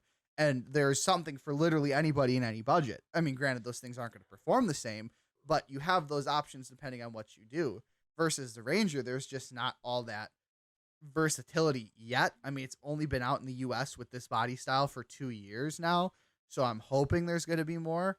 And I think it's funny that the Ranger's so light. So these tires, I'm running them with just about 30 psi in them because the Ranger's so light, and that's what Ford specs them at. You could probably, honestly, based on my chalk testing, go a little lower if you wanted to. And the rear, which is a leaf spring, has one single leaf and a helper leaf. And I've never seen a truck that light with just a single leaf spring in the back. What's fun is actually a little history on the AT, dude. When we used to do more of the short course motorsports racing and stuff, like the Dinsmores, they know a couple racers, and they've actually used the AT on some of the shorter buggies for racing. Obviously, didn't some of the buggies use the 610 and groove it too? But they do good. Yeah, the ATs, XTs, MTs, and the 610s even, actually. So yeah, that's what's going on now. I got 2 pallets sitting in the warehouse of parts to go on that. And like I said, you can guess what those are going to be, and some KC lights and some Baja Designs lights and some other fun stuff. So picture that in your head, and hopefully soon at the next show we'll have some. We'll have some runs of Jared hanging out with some Ranger crews or Raptors, the Raptor crews. Renee, the 35, 12, 50, 18 XT for Rangers. I believe that is technically a different Ranger, because even though the new one more like Hilux looks similar. Well, so Ford, I believe, someone will correct me. I'm sure George is waiting to correct me on something in there. He's not. I'm sure George is waiting to correct me on my international vehicle knowledge. Really? But I'm pretty sure the international version of the Ranger are slightly different. How like the in Australian stuff they have the Ranger Raptor. I believe the Rangers are slightly different overseas, and they have a different suspension setup. So you may be able to clear 35s. I'll tell you for a fact, you're not going to clear 35s on this stock. Yeah, because we got the ones that we have right now are like 31.5, I believe, and that was with the intrusion bars in. And if you hypothetically took the intrusion bars out, you can with some hypothetical lots of cutting. You can fit 35s with a 3-inch level in the front with a aftermarket bumper, stock fenders. You could fit 35s with hypothetical cutting. Dude. 35, 12.5, 18s. Well, you know what? That's exactly what we're gonna have to try on next. And then again, everybody in the comments still. We need more viewers in here. Invite your friends, share the stream on your Facebook, share it, tell people to join, and people who share and comment and all this will be entered to win. We'll do a boss knife giveaway. Yeah. And on top of that, we're going to give away a bunch of other stuff, but it only works giving this stuff away if we have a lot of people in here commenting and engaging. So share, get your friends in here, and we will do more giveaways. Might give away some more of those windbreakers that we gave away on Instagram this week. I'm feeling pretty generous. I think we give away some of those windbreakers probably. It's a good time of year to do that. Everyone's going out. Actually, a great time to give away a windbreaker. Yeah. Everyone's going out. I just asked a quick question to Renee, because I saw on those 35, 12.5, 18s, XTs, how wide are the wheels and what offsets? You know, that'd be interesting to know, because that'd be the next thing we need to try on ours. So what I'm sensing here is next time during SEMA, we're going to race my WRX against the Ranger. Well, first we're going to have it in the booth outside on top of that rock ramp. No, Jared. Jared, the Ranger is going to be the photography chase vehicle for King of the Hammers next year. Oh, sweet. Oh, that reminds me. Should we talk about King of the Hammers? Let's go into that briefly. I do want to get into a few of the news topics I have pulled in here eventually, but let's go into King of the Hammers for a little bit, and then because we've covered pretty much everything else I wanted to cover before we jump into the news. So we'll talk about King of the Hammers, and then we'll kind of jump into a few of the news topics. Oh yeah. For first year at King of the Hammers, for anybody who hasn't gone, absolutely insane. Okay. Do it. Go. Find time. Oh yeah. Even if you don't go the whole week, because I know it's hard to go the whole week. Go and just go out there, go for the race day, go for that weekend, see the race. Don't go with the expectation of you're going to have the same viewer experience as on stream, because it is not necessarily the easiest spectator sport to attend, because it is so spread out. Yeah, go and the rental Jeep has showed us that. Yeah, go and rent. Go out there and either bring your own or rent like a Razor or a side by side. You'll have a great time. But or hold on, just screw the side by side. Just buy a crappy Subaru, $500 on Craigslist, and bring that. And bring the title, and then when you get stuck, just leave it in the glove box. Yeah, there is. The gambler race was so funny. You know, you take a $500 car, and these people were jumping so high. I have some photographs on my Instagram, but you know, like 4 feet in the air. And I remember at the end of the day seeing all these cars go out struts. So much fun. It's probably the only event I've ever been to where I've been super thoroughly entertained throughout the entire week. So, you know, you have every genre of racing basically. And then at nighttime, everybody comes up and takes their own rigs and rock crawls. So you could watch all that. And it's just like a huge line of rock crawlers. I mean, first day I was there, I saw 2 rollovers. One person rolled on top of another vehicle. That was insane. I was in somebody else's Jeep, and we wound up breaking an axle and the tie rod, the steering rod. So much fun. You know what? Here's what I'm going to do. Everybody watching live, tag 2 friends in the comments right now, and I will pick somebody to get an Atturo windbreaker. So tag 2 of your friends in the comment section. We'll pick one person for now to get an Atturo windbreaker, and we'll do that. You can see pictures of it on our Instagram, because we just gave one away. So if you want to win one of those jackets, they're not for sale. Cool. They're not for sale anywhere right now. They may be, but they're not right now. So if you want something that's not for sale, that you can't get anywhere else for the time being, tag 2 friends in the comment. You'll get a gray Atturo Tires windbreaker. So be sure to tag 2 friends right now.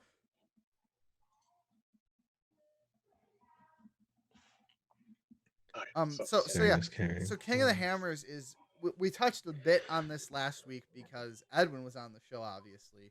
So we had to talk about King of the Hammers. But true. It was my first year as well. And I think it is absolutely incredible, the fact that you can go and... Oh, wow, James tagging 3 friends in the comment, going above and beyond. But I guess one was Jared, so it doesn't count. Hold on. That's Jazz. He didn't say who. I'm out of the screen. That's true. He didn't say who.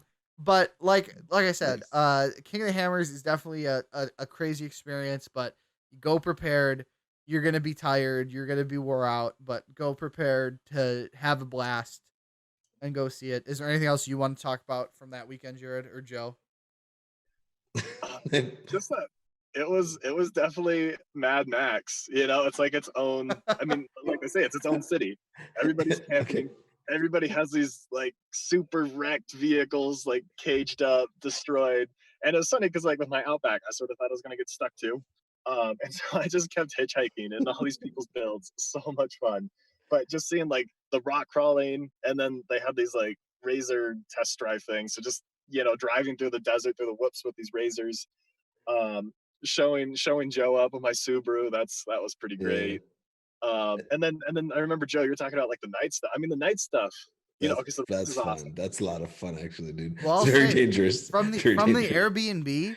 So I went That's back. what I was gonna say. I went Yeah. back early to the Airbnb to edit some photos and get some photos uploaded because you have no internet out there. So I went Right. back early to the Airbnb that night, and these two were out doing the rock crawling or like watching people rock crawl, and I could see the mountain from the Airbnb, whatever, probably at least 2 miles away, maybe more in the desert. I could just see the little trail of lights going up the hill. It's crazy. It's definitely like And there's fires there's everywhere. no other event like that, I think, out there right now. And I think King of the Hammers, even between last year and this year, in terms of Yeah. production quality and awareness of the event, has gone up dramatically, and I think it's just going to increase.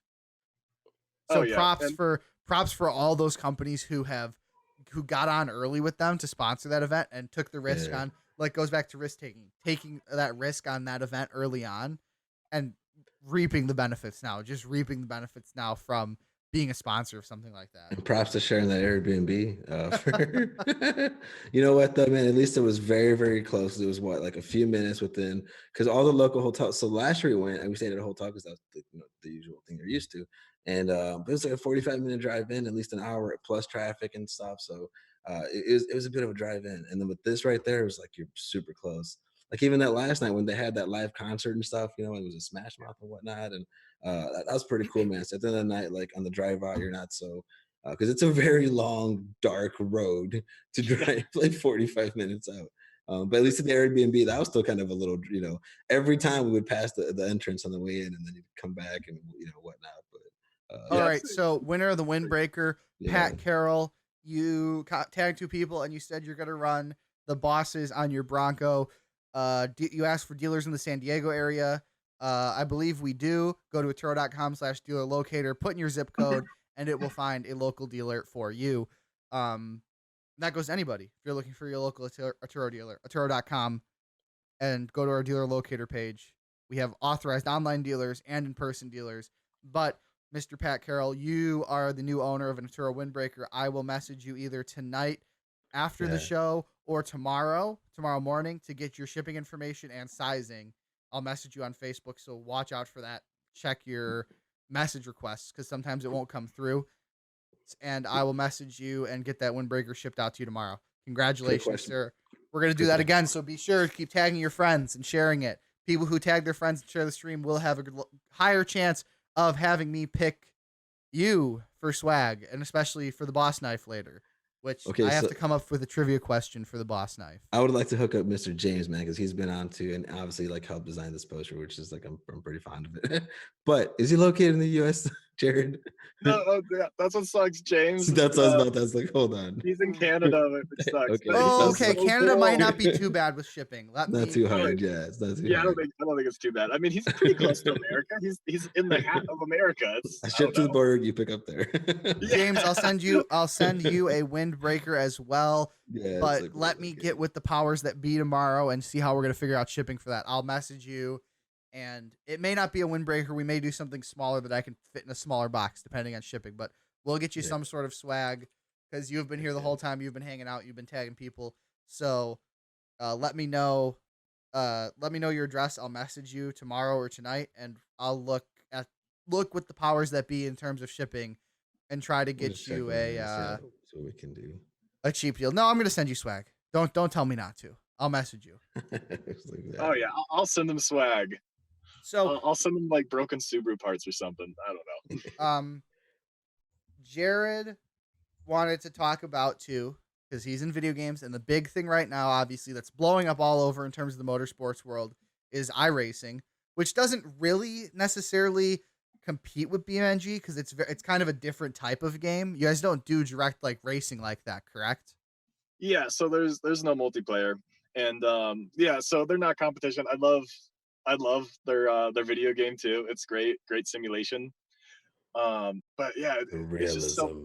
The realism. So I guess that exactly. that that comes up to the bombshell from this week is NASCAR driver Kyle Larson was suspended after using a racial slur during an iRacing race, which resulted in him actually getting fired from Chip Ganassi Racing, fired from the team, suspended from NASCAR. Likely seems as if his career is over. And I guess this brings up He was not suspended necessarily from the ramifications, but the realism of this racing, both, in terms of sense of the physics and in real world ramifications. Well, what's crazy too is I think he got banned from iRacing for that too, like completely banned off their platform. Yeah, I think he's You're banned gone for from life. most things. I did see um they're one of the dirt leagues, the dirt late racing sprint car league said he could continue to race with them if he underwent their like sensitivity training or some sort Classes, of yeah, be a course dummy, dude. put through them to show that he has like This isn't Call of Duty gaming on your Xbox, you know? yeah. Like, come on, and, man. and which goes back to the point is this is realistic and people are facing real world consequences. Do you guys think iRacing do you think we'll go back to real racing? Yeah, so as I see it, I think this whole coronavirus, a lot of the digital stuff is going to stick. So, like a lot of people working at home, these companies are realizing how well it works, and I think it's going to be the same with these racing organizations, is they're going to see how well online racing works because it's so cheap compared to actually having a race. Oh, and in In terms of between. how even the playing field is, the cost to entry. I mean, who was it a week ago, 2 weeks ago when it was either a week or 2 weeks ago when Timmy Hill won the iRacing race and he was using like a 24 inch monitor and a Logitech racing wheel. And that's what he won with. And these guys have multiple $1,000 rigs and like sim rigs and they didn't win. And him and NASCAR, he's a very underfunded NASCAR team. They're racing with cup cars that are several years old. So in terms of him being able to run up front, you're leveling the playing field massively, especially for these underfunded teams. Yeah, and it's funny about that too, because that always goes back to just practice. You don't have to have the best equipment. A lot of people are like, I need the newest Fanatic wheel to win this, but no, it's just about the skills. It's about the practice. Oh, and And companies reached out to him and wanted to give him a full sim setup, sponsor him, and he said, "No, I like what I have." oh wait, really? Nice. Yeah. Oh, that's awesome. So humble. Yeah, I think so. A lot of people, I think a lot of racing is going to go more digital. But the problem with that is everybody's going to see it more, and you're a lot more comfortable at home compared to the race car, which is I think that's how he slipped up because he's like, I'm in my house. Yep. I probably game anyways. Exactly. He was talking to his friends, but didn't have the mic muted. And I think we're going to see a lot more of that, where like people's personal Yeah. whatever is going to come out because people are so much more comfortable, don't realize their mic's on, their camera. Because in a race car, you're being recorded. Whatever you say is going to be on the news. But when you're at home in your living room, it just doesn't feel like that. But it So I still think is. You're still in front of the camera. exactly, yeah. So you're in front of probably way more viewers because it's such an interesting thing. I'm sure a lot of people watch the digital NASCAR race compared to the real life one just because of it's different.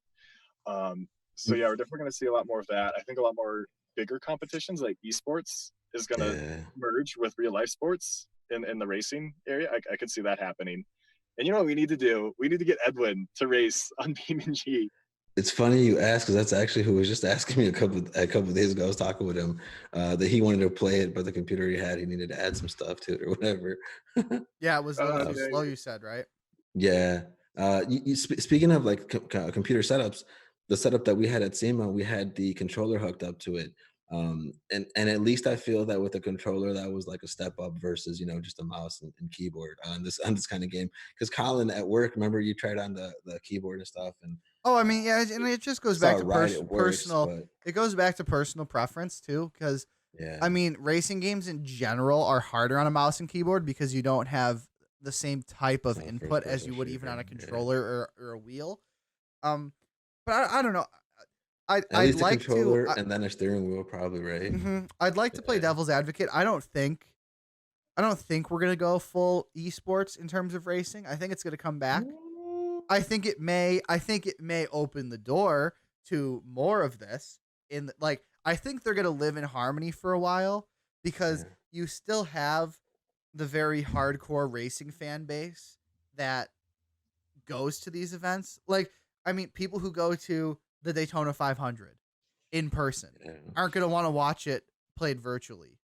People who go to Crandon for the race aren't going to want to watch it virtually. Hold on. Now you're talking about just the race itself, but now the race itself, obviously, people would want to stream and watch online and whatnot. But to have that people interaction part of the vehicles, that's like, the after, like the interviews and the Yeah. podium finishes and whatnot. That's maybe what they probably could use.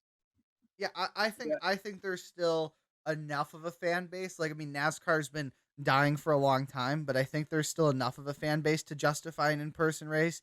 But I think what's going to be more interesting is um Fauci and the White House have said that likely professional sports will come back sooner than later, but without fans in the stands.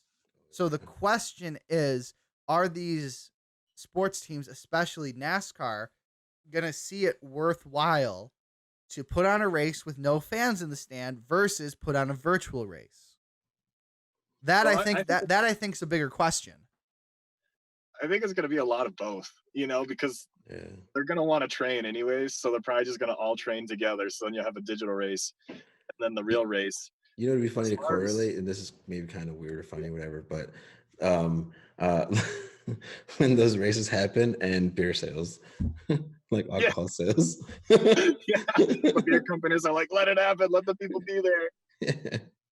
Yeah, I think it's interesting nonetheless. We'll see where iRacing goes, but it is interesting to see kind of how that has crossed into the real world with Kyle Larson. God bless him on whatever journey he ends up on now, and hopefully he figures something out. And it's sad to see somebody's career ended like that. I'm not going to go into if it should have or it shouldn't have happened, but I mean, sad nonetheless to see somebody's career end up like that because of a stupid mistake. Clearly maybe a mistake, whether or not people are saying, oh, he got caught and that's what he thinks anyway. But everyone's been in the heat of the moment and said something they regret. But we'll see. Hopefully he lands back on his feet doing something. But do we play any car games on PS4? I personally do not. I have an Xbox One that collects dust mainly, and I have a PC and mainly just play Call of Duty and Warzone these days. So that's about it. But my Xbox One used to collect a lot of dust, but lately it's been collecting a lot of Just Dance jam sessions. Oh yeah. Yes. So physical. Well, it's gonna be interesting. And I'm the whole VR thing with VR getting big, especially with racing simulators. Virtual reality works so well with the racing sims. It's interesting. I looked at buying an Oculus when this all started. Like just the standalone one, the cheaper standalone one, just to play around with, because I bought the 3D printer that you could see running behind me because I'm just tinkering now because I'm stuck at home and need something to tinker with on my off hours. So, but I was gonna buy an Oculus because I'm like, oh, that'd be fun, something for the whole family to do, play around with that. Just you play around with the basic games, the ones where you do the sword slicing, things like that, just to keep us busy. They're all sold out. Everyone had the same idea. Well, maybe I should sell my extra right now. Yeah, prices are probably high. James says the current audience may tune in, but I think for digital sports there will be a whole new untapped audience. Get some ads for games and hardware, whole new big dollar industry. Yes, I agree, and I've said esports is an emerging industry for a long time, but I think esports will continue to be emerging regardless. But I think the question is, will it overrun or overtake the main market? Because we're in a place now with social distancing and all this, I think it's opening the door. I think regardless, esports are going to continue to grow, especially with the eat everything, man. The publicity they've got now. Well, it's crazy how much these streamers, how many views they get. I mean, I just know the BeamNG side. There's people that make just BeamNG videos, and there's about like 1 million view videos every month on BeamNG, Yeah. which is absolutely insane for viewership. What I love about the BeamNG part is just that you can actually sorry, I'm laughing. You can actually break stuff, but it's in a game, so you're not, not for real breaking stuff. It's funny because It's it's a legit simulator, and then we're like, oh crap, everybody's just using it to crash, and that's what it's famous for. But then I get home and I just crashing vehicles. Even the tire flexing, remember the tire flexing over, like, just so realistic and like, oh man, that's sweet. Oh, exactly. I mean, so on the topic of BeamNG, I'm going to tell everybody in the comments to go bother Jared and BeamNG to put the Atturo tires hopper in the game. Everybody, bother them on social media and tell them that you want the Atturo tires hopper in the game. Oh crap! If I'm gonna be harassed, I get to put in my plug of add me on Instagram. I've unleashed the power of the internet. Yeah. Oh, exactly. Yeah, but bug me on Instagram with whatever questions. And I can't talk about secrets in the industry, but I could definitely answer some questions. Jared.Samuelson on Instagram. I know, yeah, it was so much fun doing that collaboration with Atturo. And one of my favorite parts was just seeing the people in person, just like, whoa, I know you guys from the internet. Like, can I have a selfie? And I'm like, I feel famous. But it was really great, making a lot of people happy, especially people who didn't know about the game and they're just like freaking out about it, and just seeing their faces, it was just so nice making people happy. It was super great collaboration. I guess I could talk a little bit about how the physics work in BeamNG and like why it's so realistic with crashing and everything, if you want me to go into that. Yeah, let's go into that. Let's go into that briefly, just on a high level, because I think if we go too in depth, we might lose some people in terms of understanding. I'm only a 3D artist. Wait until you hear the programmers talk. I'm just like, yeah. I don't know. I'm gonna give you pretty vehicles. That's why you don't send the engineers out to trade shows. We keep them locked away. Yeah. Oh, exactly. Yeah. So the physics engine is very interesting because you know how structural analysis in CAD programs work. So it's like a lot of little beams. And so BeamNG. Well, I got the shirt.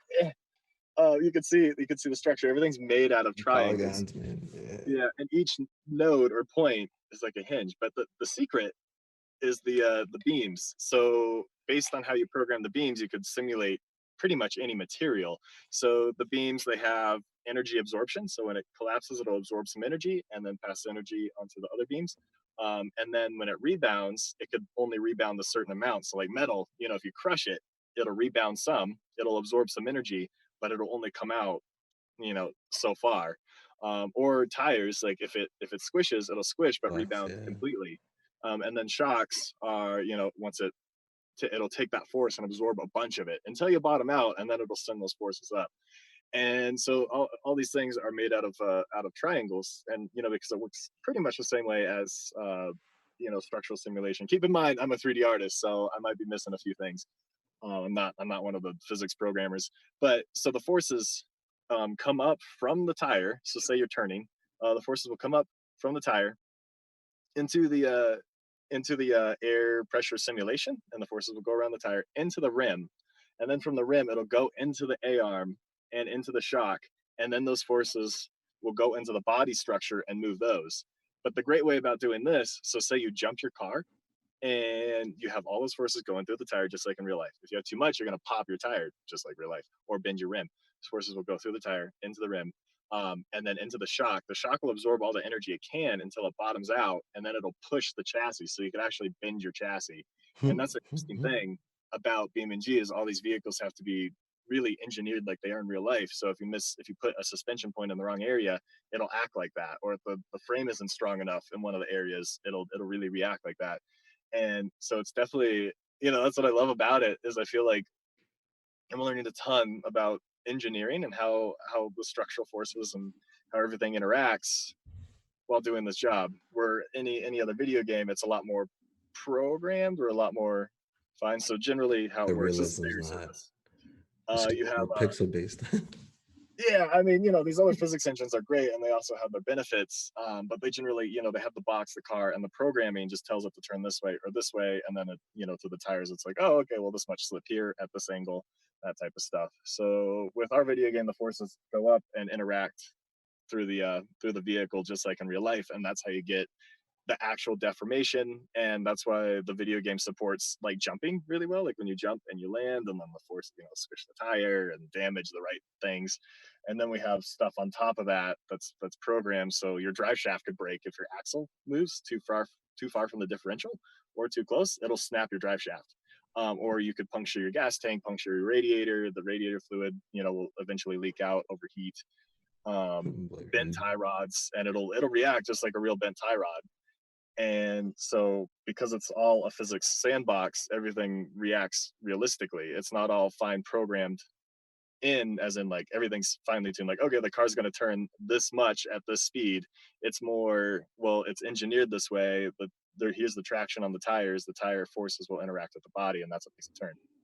So very different approach to how vehicle physics work, like really, really different. And especially the terrain, not like the vehicle itself, but the terrains and how it interacts with the terrains, and it recognizes the different structures, like how the map kind of showed, or how the map does show. And when you guys did the demo at SEMA, I believe it was a 5-minute time limit to accomplish the map, and you had 12 checkpoints that you had to go through, and you had rocks and wood and different channels and lanes that you had to hit. And there was a couple, it was funny because you had a couple of times where it was like a father and son, or, two people helping each other, like one person driving to them and kind of telling them what lanes to take and whatnot. Like it's pretty much how it would be in real life when someone's driving, you're kind of helping them to get through the rocks and get over everything. So I think the realism, just how it interacts with them is like definitely spot on, man. Oh yeah, and it was so much fun seeing that, just the interaction between the people. But yeah, I mean, it's kind of hard to tell you how realistic the physics are without you actually seeing it. It'd definitely be, if you're interested, look it up on YouTube. Just BeamNG Yeah. crashes if you want to Do see. you have any more of those BeamNG codes, Jared? Try. No, yeah, that's Nothing. that. Yeah, I didn't know if you had any left over from SEMA still. I might have one or two. I gotta check my SEMA package, because you guys gave me a few to give to off-roaders and stuff. So that's kind of what I was saving them for.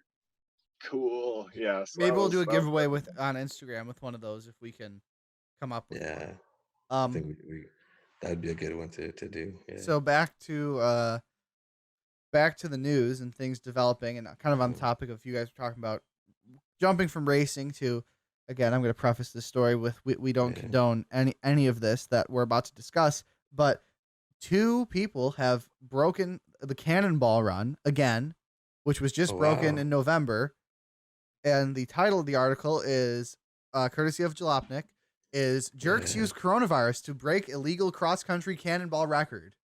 That is pretty smart thinking though on their part, dude. Because they had no traffic and no police and nobody on the road. So, do you think this should be a legitimate run? Because there's a lot of talk and debate on if their run should actually count or not. Well, they actually you have to get fuel here and there. So their fuel up points is what I would maybe question. And then, yeah, as long as they minimized activity with others. Well, I don't think necessarily even condoning it because they didn't social distance, but is it a legitimate competitive run because they're just taking advantage of a situation that isn't, versus actually using skill or money or whatever it is? Yeah. Should that be allowed in terms of counting as a run? They're like, hate. I think, man, yeah, it's pretty smart, it's pretty smart. You gotta give him credit.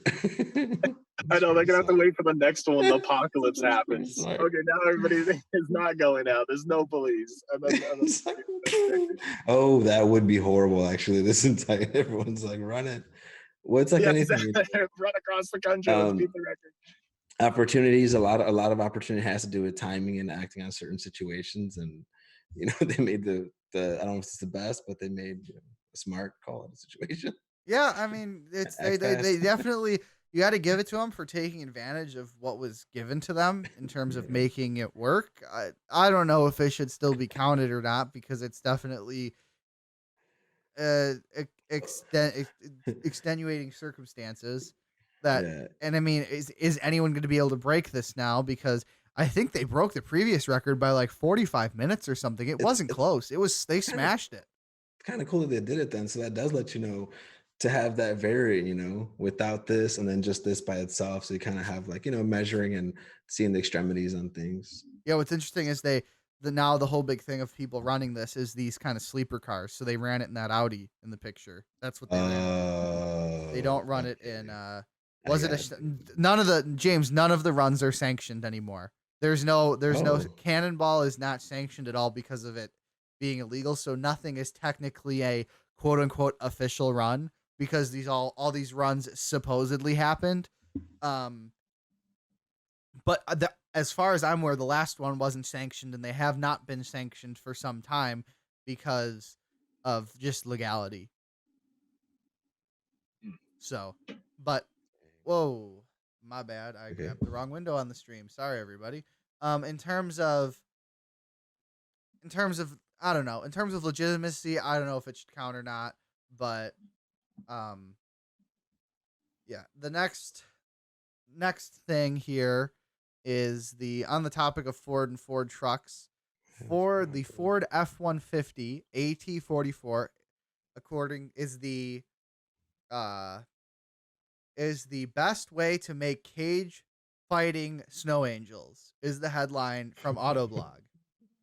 I don't understand what a cage fighting snow angel is, but that's a pretty badass looking truck. So it's a super. I mean, just the tires on this thing are gnarly. I don't even know what those are. But holy smokes, that thing. How much does a truck weigh? Like I kind of because I feel like a Ford is pretty heavy. I don't know. The tire size, Joe. Guess what? Those are 475 7017s. Kind of beast are what kind of man? 475 wide. Developed between Arctic trucks and Nokian. It's a special size. Good thing they got them fenders like that, man, because that's the one thing about all the snow, sand, dirt, mud getting each hood, the tire size. So the rotating mass of each tire before the rim is 154 pounds. Holy! Back to the whole steering components and suspension and everything. Oh, huge savings on a truck. But this thing is, what do you even use this thing for? Yeah, it's to look awesome. I really like the adjustable air pressure, like the air pressure lines going out. Yeah, the lines coming out of it, so you can air up on the fly or air down as you need. My other question is, I thought, isn't it? Don't you generally want a skinnier tire for the snow? Depends. Like if it's that much snow, you're like a skinny tire so you could get to the bottom and then get traction. But like in Antarctica or like deep in the snow in Alaska, you're not gonna make it. You're gonna be bottomed out. So the other option is just go so big. So big to disperse that weight. You can't go ahead. So it's a 46-inch. Have just one Ford listed, the 350 that can be fitted with either 35-inch or 43-inch Nokian tires. Build as a rare build from Iceland, probably the only one.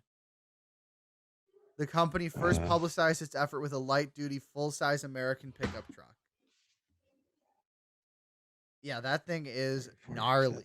That's just Exactly. Yeah, float on top of it. Yeah. I just wonder, like, who's buying these?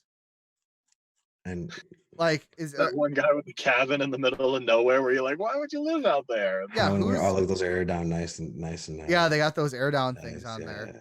Nice. Yeah, but it's like who is buying this thing?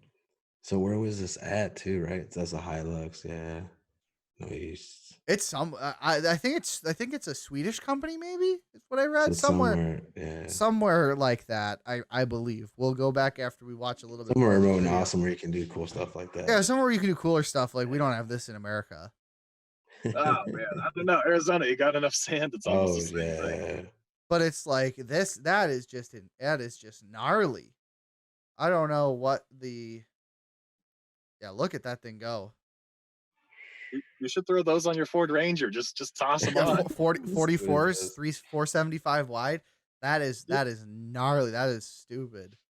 Could I get That's that with the freaking Trailblade awesome. boss? A tire that Yeah, wide? Joe, everybody, So, we thought yeah. the wide boss was wide. I don't know what we're doing.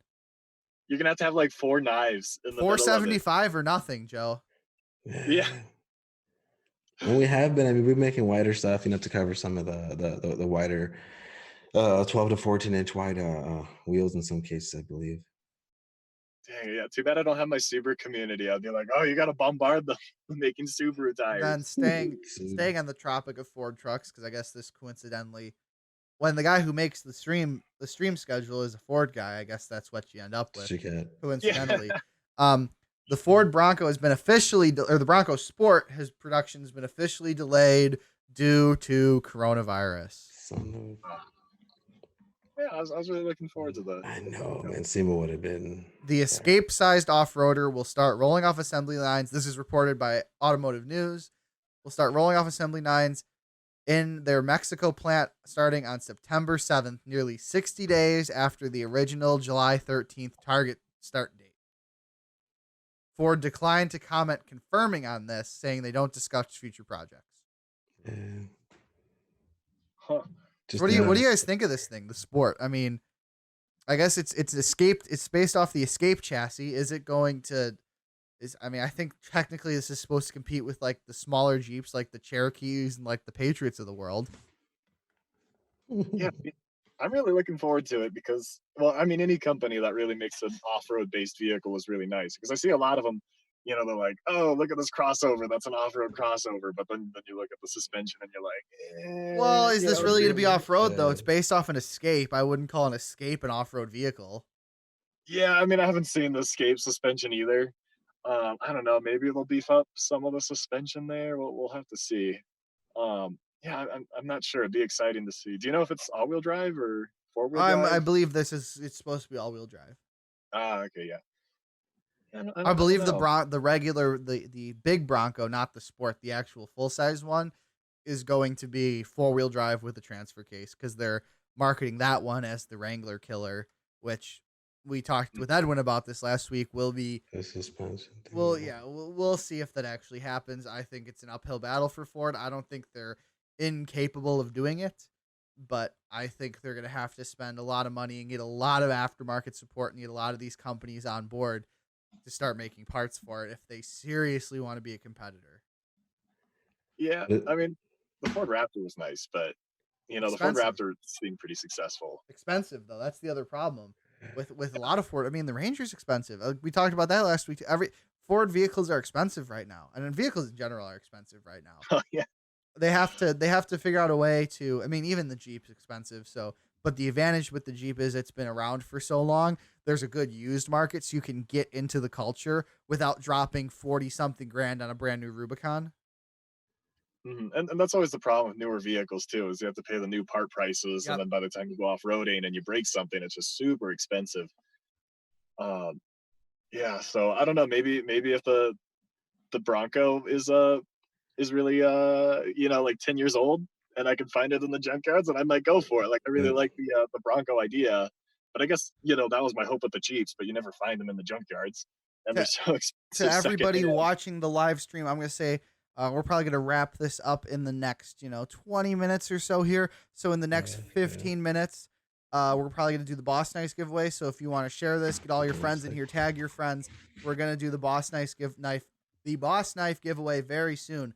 So tag your friends in the comments, get people in here. I'd love to see 20 something people in here to do this giveaway. It's a great knife. They're on our gear store. It's a quality product. You're not going to find something. I mean, the thing's massive. The thing's like this big. It's a huge knife. So be sure to share this in the next 15 minutes. We're going to do a Boss Knife giveaway. Share this. Get all your friends in here. Let's make it happen. Tag people. You're only going to be eligible to win if you tag people in the comments section right now. So in the next 15 minutes, watch out for that. But to switch over from Ford topics to Jeep topics, because I feel like that's all we talk about on this show. This is the Ford and Jeep show. Yeah. Last week and this week too. That's just all we're going to talk about. That is what we talk about here. Tires, Fords, Jeeps, misapplications, all that fun stuff here on Tire Talk episode 2 with Atturo tires. You're going to want to see this because that right there, my friends, is a massive ProCharger. And like I said, if you're listening to this, the audio only stream, that's great because we appreciate you listening on Spotify or wherever you listen to podcasts. We appreciate that. But if you want to see what we're talking about and see all the articles and pictures and all that fun stuff, be sure to subscribe to us on YouTube, youtube.com/Atturo Tires, and you can see what we're talking about on the archive stream. And of course, be sure to tune in every week, at least while coronavirus is a thing. Who knows if we'll keep doing this when we're on the road, maybe if enough people like it, but be sure to tune in every week on our Facebook page at facebook.com/AtturoTires/live to the weekly live stream, 7 p.m. Central Time on Thursdays. But on what we're talking about here, according to reported by Off-Road Extreme, the ProCharger has now made a kit for the Jeep JT Gladiator. And I think that's just fan-freaking-tastic. I think 4-cylinder turbos are the way to go, first of all. Well, yeah, until you have to replace head gaskets on your Subaru. Oh no, oil valve cover gaskets. Oh, it's so terrible. But the supercharger for the Jeep definitely sounds. I mean, that thing's just beefy. That is just huge. I mean, that's bigger than that guy's head. That's a sizable supercharger, which, I mean, I don't know. Our Jeep performance-wise is still pretty stock, I guess. I mean, it is stock. I don't think we've done we've done the super chips on there, but I believe that's about it in terms of power. And I don't even know if we have any sort of modification on there for power. I believe it's just reprogrammed for tires and gearing. But I don't know. Now, see, what was that? I wonder how much you could push that stock engine block without rebuilding all of the internals. Like if you could slap that supercharger on, and it'll take it. I'm not sure. I know Light Bright, they did a build on their JL before they blew it up and went to the Hemi. They had the stock JL engine in there with a turbo, and they blew it up surprisingly pretty quick. And then they put a Hemi in it instead. I don't know. Generally, I'm a much bigger fan of just doing a full engine swap like a Hemi or a diesel or something like that than putting these ProChargers or superchargers on.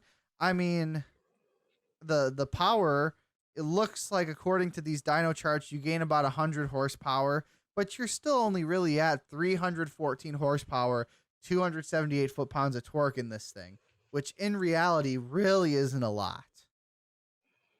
Yeah, and it's probably pretty. I mean, I wonder how much it runs too. Where if you just take that money and put it into a motor swap. Exactly. I and my other thing is, I think the Jeeps generally, I'm fairly happy with the amount of power that they make.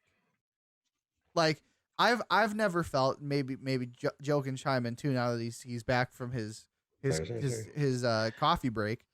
His union break. Yeah, we have to give him a union break before we hit an hour 45. I was parched. Or else we're gonna get in trouble. I was parched.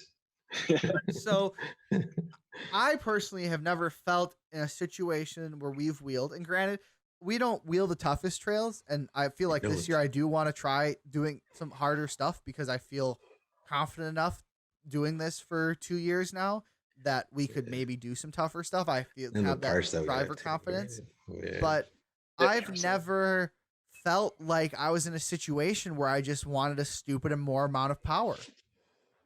I don't know. Do you agree with that, Joe? Do you feel differently about that? I feel that, like, from what I've seen ourselves personally on vehicles and even online, having more power, not just speed, right? Because speed, I believe wheel speed you're talking about, right? Yeah, like wheel speed. Sorry. So wheel speed, when you impact on something, higher speeds, well, like any impact a weaker item's going to give, right? Usually our tires, the feedback I get are really good, but something also break in the vehicle, like suspension or whatnot. So back to the pain point, getting moved somewhere else. So I think that having more power overall and moving your entire vehicle as a whole unit is probably better just overall for your whole vehicle. So you're not putting pain points, just like I said, like we were talking about earlier, moving it somewhere else. Yeah, like I said, I've never felt when we were out on the trail, I was like, man, I'd get over that obstacle if I just had 300 more horsepower. Yeah, but what's the fun in that? You know, it's always like I gotta go faster. I mean, it's Gotta feel cool. like Don't get going. me wrong. Yeah, I'd love to stuff a Hemi in our JK just for the fun of it, and I think it's cool, Same and or I think something. it's a fun thing to do. But I Well, just don't think that I don't think you're gaining anything besides just the cool factor.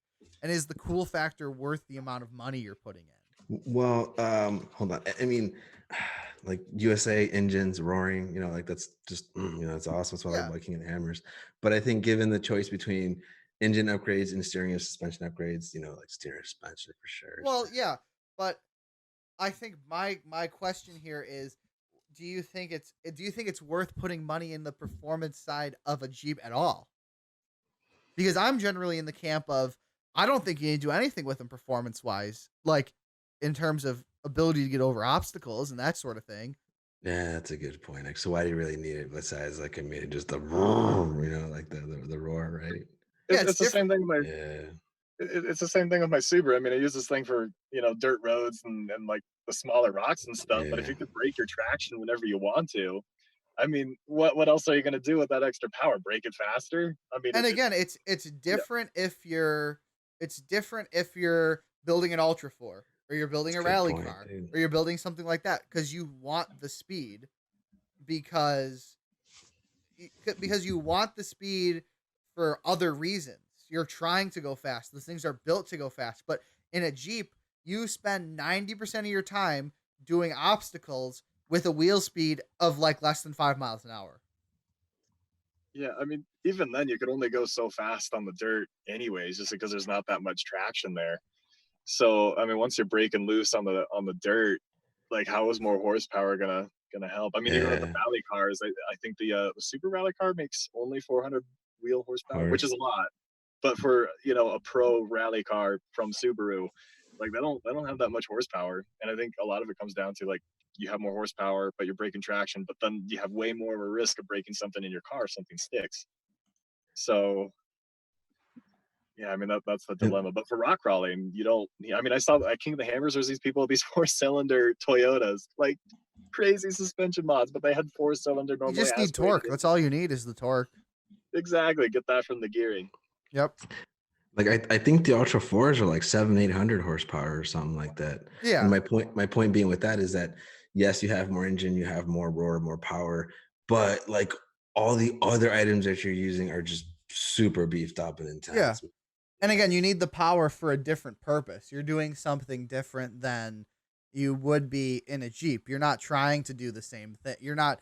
It's a different. It's Yeah. a vehicle built for something different. And I guess everybody in the comments right now, I'm going to throw over here quick. yeah. Let's get some more people in here. Tag your friends in about 10 T-shirts. 10 minutes. We're gonna do the boss giveaway. I think I have a good trivia question for it. That should be a pretty fun one. Um, we are gonna give away a boss knife, not the American flag one that Joe keeps showing to Shit, tease you dude. guys. Because that's a one of one knife. But we're gonna do some trivia here in about 10 minutes. Tag your friends, share the stream, get as many people in here as possible because I'd love to do this boss knife giveaway. And if there's just not enough people in here, we're not gonna do it because it wouldn't be worthwhile because there's Well, like that's not fair to everyone, man. okay, maybe I'm just you're calling my bluff. We're still gonna do it, but Yeah, no, I yeah, you're not supposed to say anything. Yeah, I'd still love to see a lot of people in here for this boss knife. So everybody tag some friends, share the stream. You won't be eligible to win unless you tag your friends and share the stream. And then we will pick because I can't see who's actually watching. I can see who's commenting.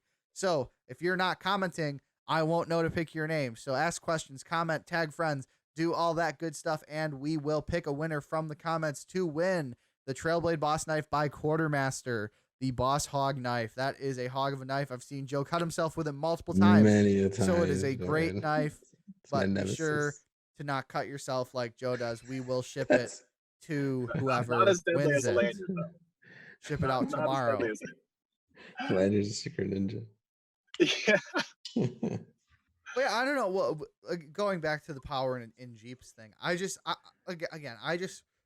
excuse me, I don't think they need it. I just think, like, I could see maybe the viability of a diesel swap because you get better MPG and better torque.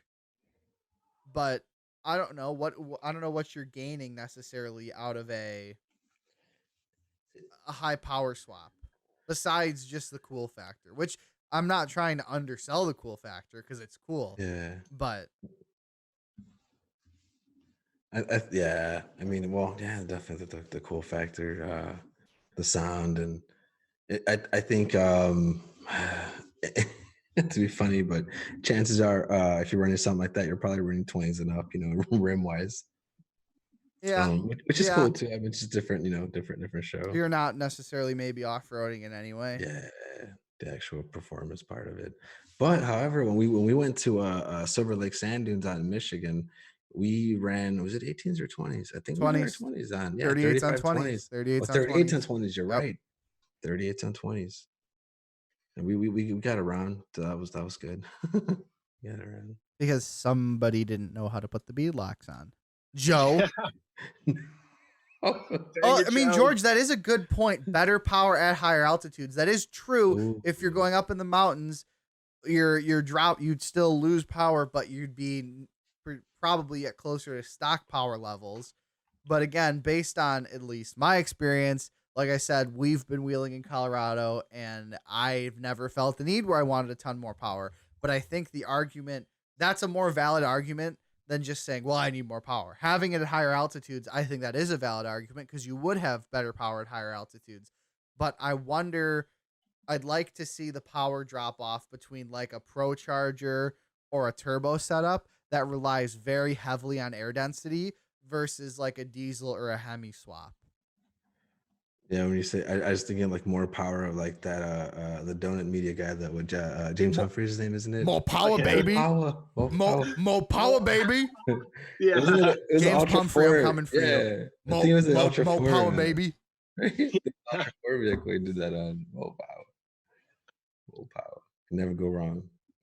Yeah, I think it's interesting. We'll see what happens with all that, but I don't kind know. of feel too that like a lot of the yeah, thankfully like the products and stuff that we get to work with, you get to see like the off-road side, the performance side, like family vehicles, whatever, like your Yeah.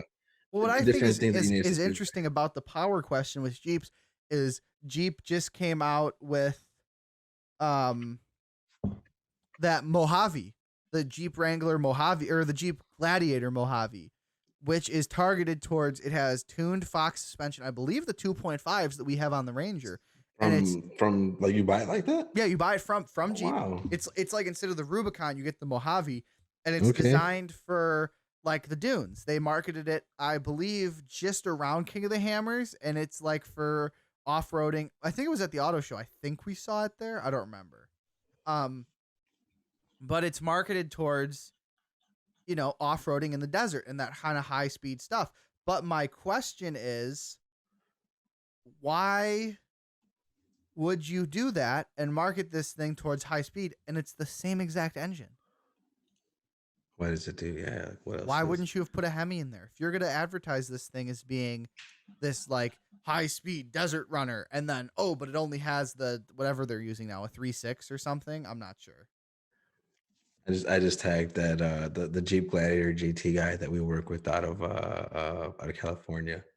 And it's cool because he actually went out to King of the Hammers, where he was running around with his Gladiator and another Hummer, and stuff like that.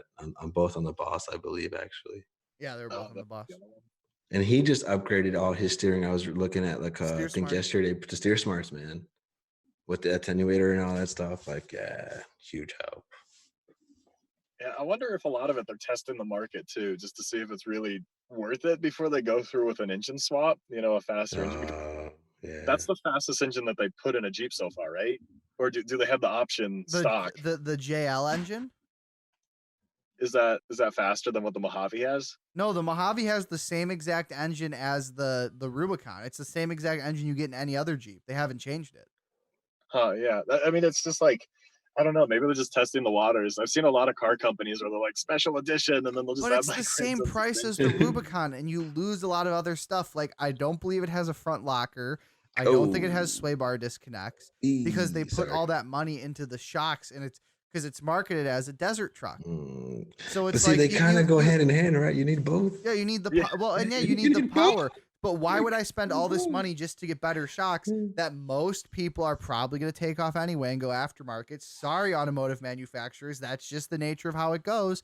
People are going to put aftermarket stuff on their Jeeps. So why would I spend the extra money on this when I could spend less on the Gladiator, get more or the Rubicon, get more stock, and then just upgrade my shocks? Yeah, I mean, I don't know. I'd go the Rubicon route and just, I mean, the shocks, like four bolts, or yeah, no, 8 bolts.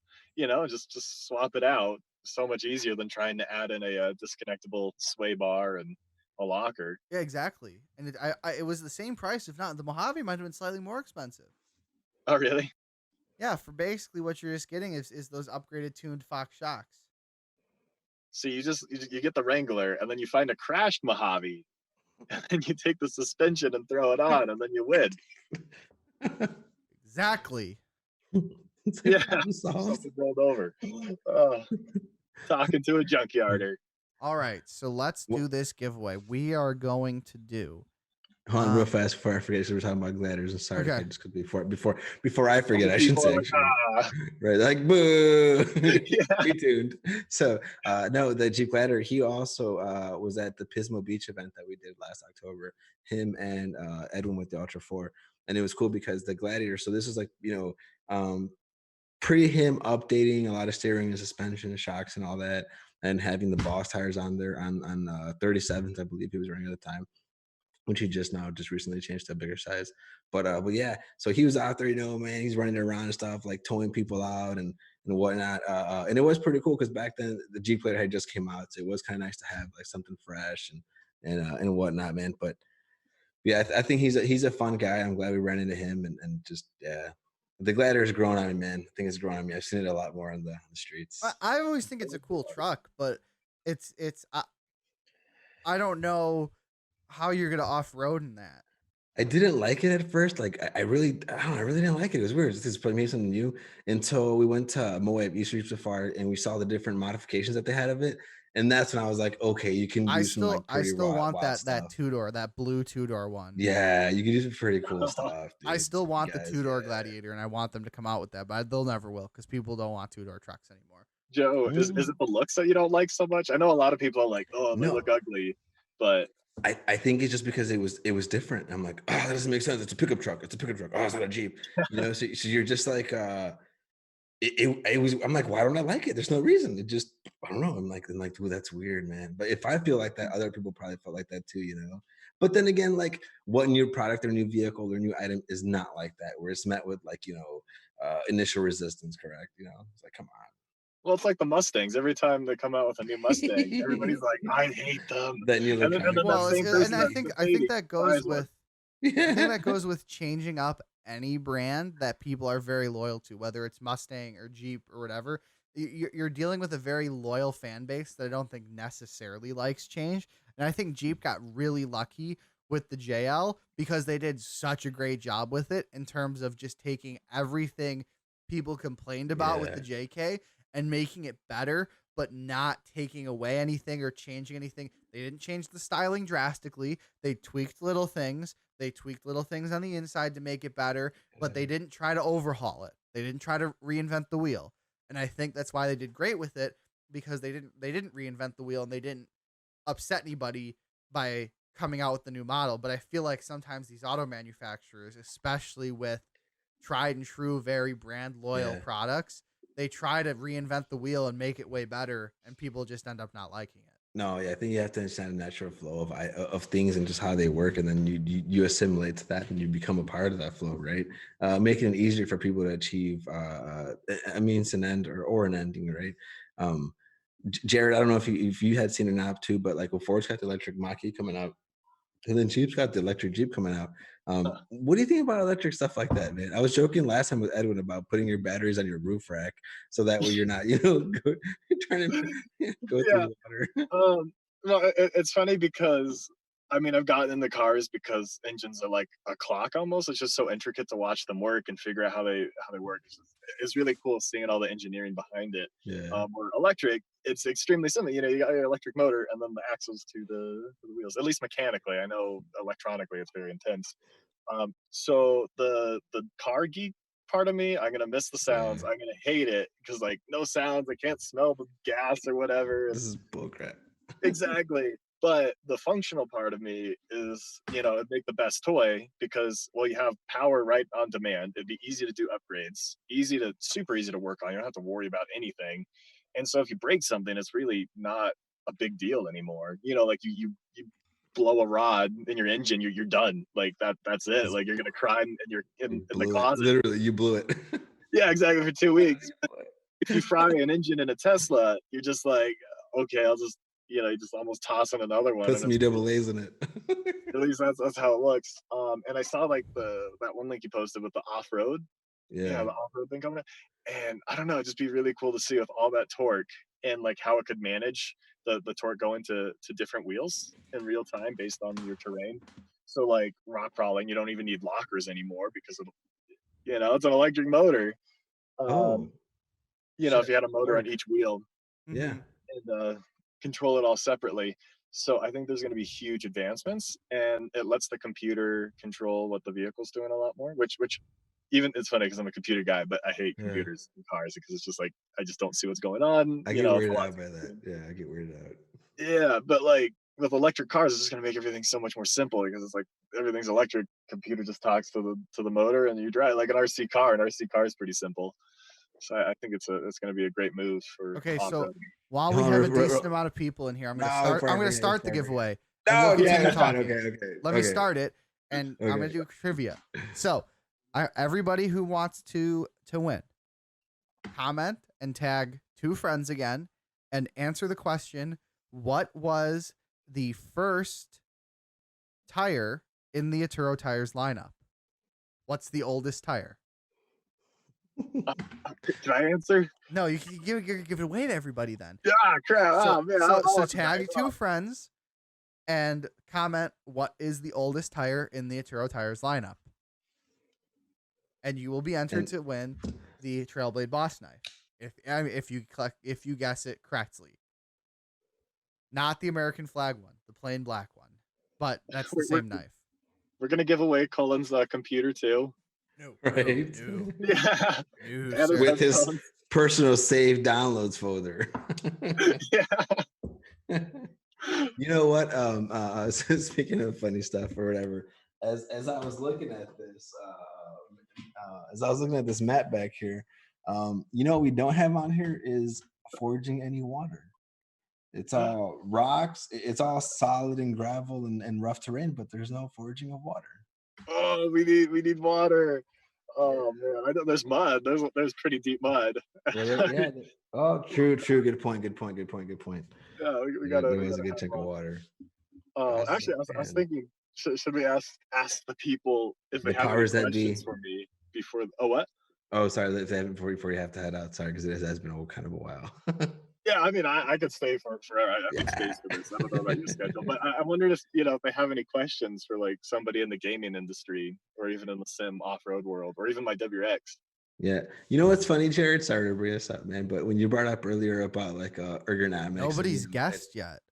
Come on, people. On what? On the nobody's even thrown out a guess.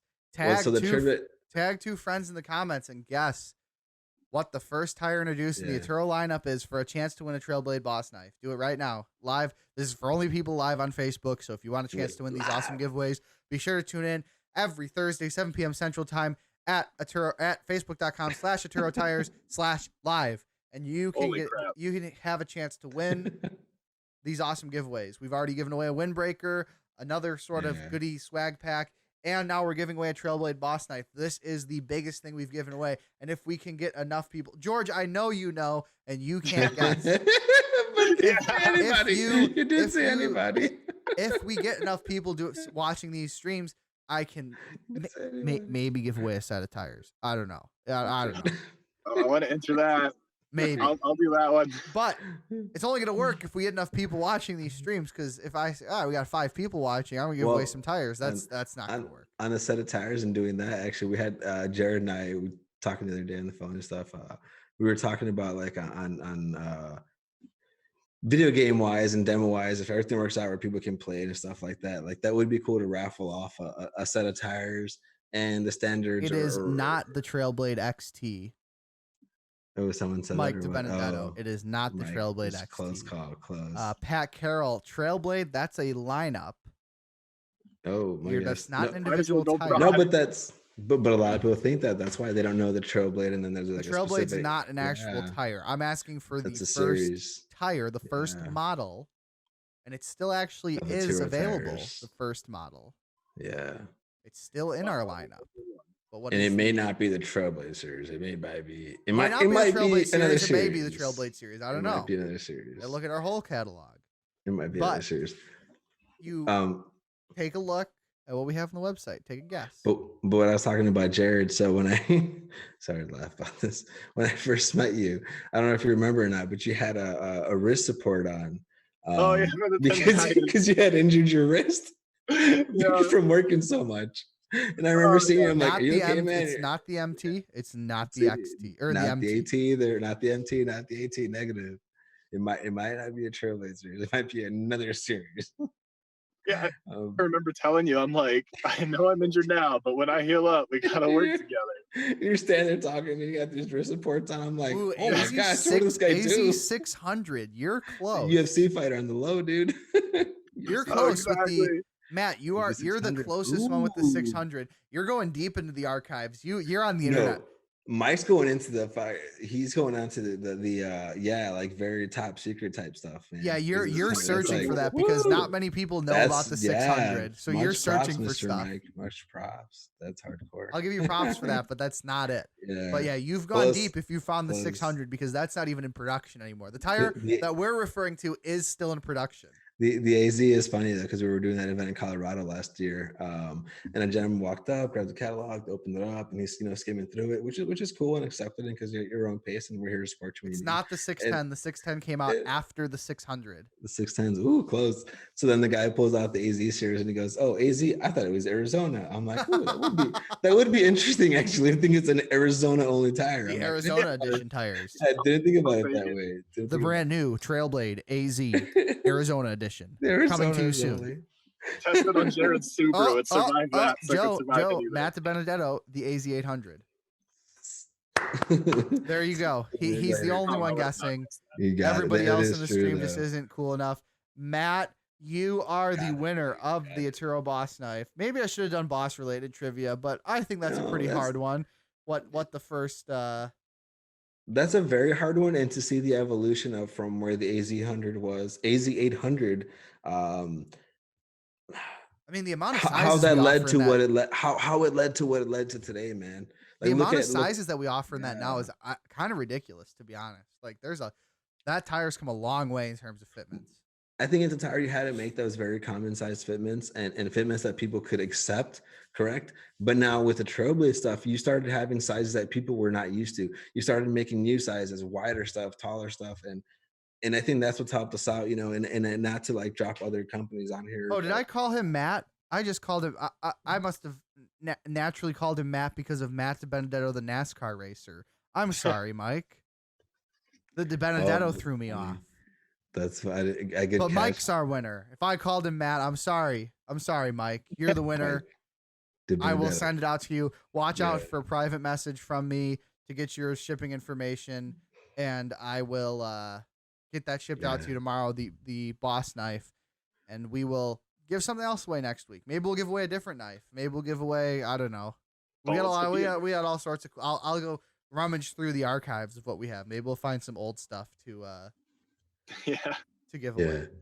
No, I think even that, man, just to see like where the AZ 800 left. Like I said, it's something that's got to fit a lot of sizes on what people were acceptable to, and then you got them into new sizes. And I feel that as I was talking about earlier. So not to drop other companies that are not us, but I believe in the sake of that we all work in the same industry and we all work collectively to help people out and let them achieve whatever experience they want to do. And like Delente tires or whatever, they make a couple of odd sizes, and I like that though because we're right there too. I'm like we're hand in hand, and you make stuff that's a little bit more wider, a little bit taller, and sometimes people don't know how to find us because they're not looking for our tire size. They're looking for a more specific size that they're used to, not realizing that you can go just a little bit taller, just a little bit wider, you know? And I think that's what we've been doing a lot lately, like even with the Ranger, about constantly trying to change out, see what tires fit and whatnot. Yeah, I think that's true. I think it is a lot about looking into, and I think people think just because you're competitors, there's like hostility between people, and that's not true at all. Not at I mean, all. I've mentioned several other tire names And in that's how it this should be. stream, and Yeah, that's how it should be. some would be like, "Oh, you're giving them free publicity because you're mentioning their No. name on your stream."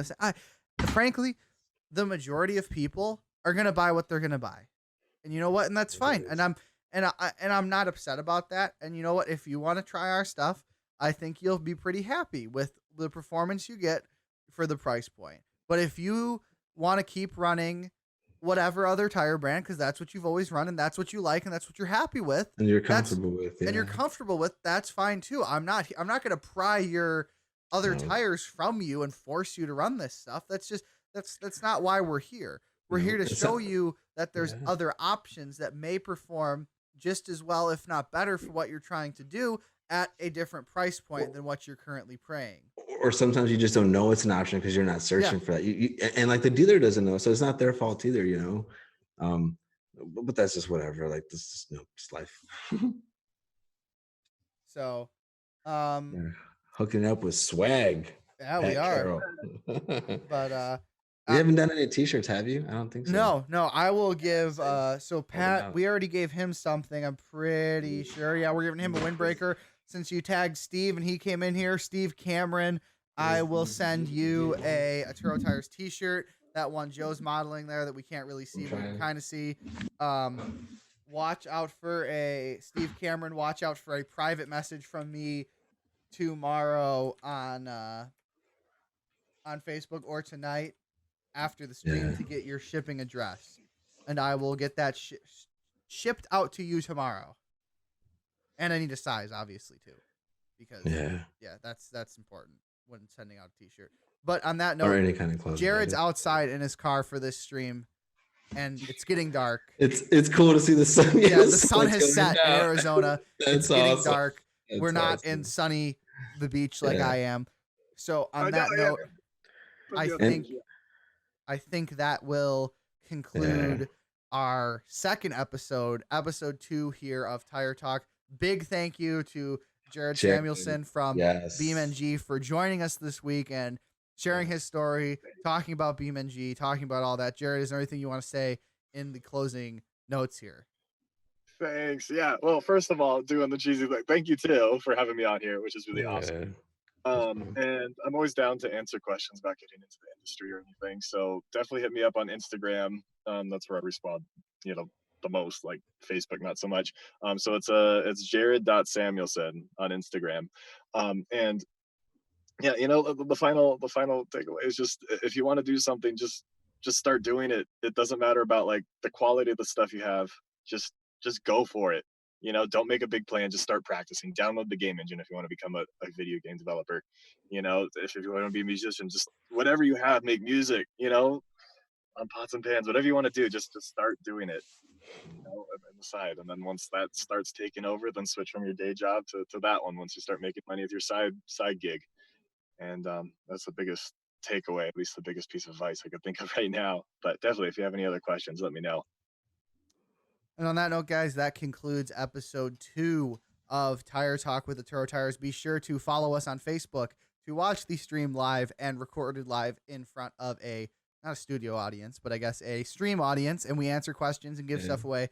So be sure to tune in live at the Atturo Tires Facebook page Thursday, 7 p.m. Central Time. We record this.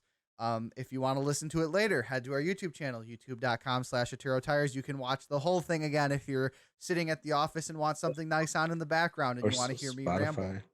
So you can the Spotify setup that you got going on too. Yeah, go to anchor.fm/Atturo Tires to find the podcast on any podcasting platform you want. Right now it's on Spotify. Should be on other podcasting platforms very, very soon. But go to anchor.fm/Atturo Tires to listen to the audio only version of this episode.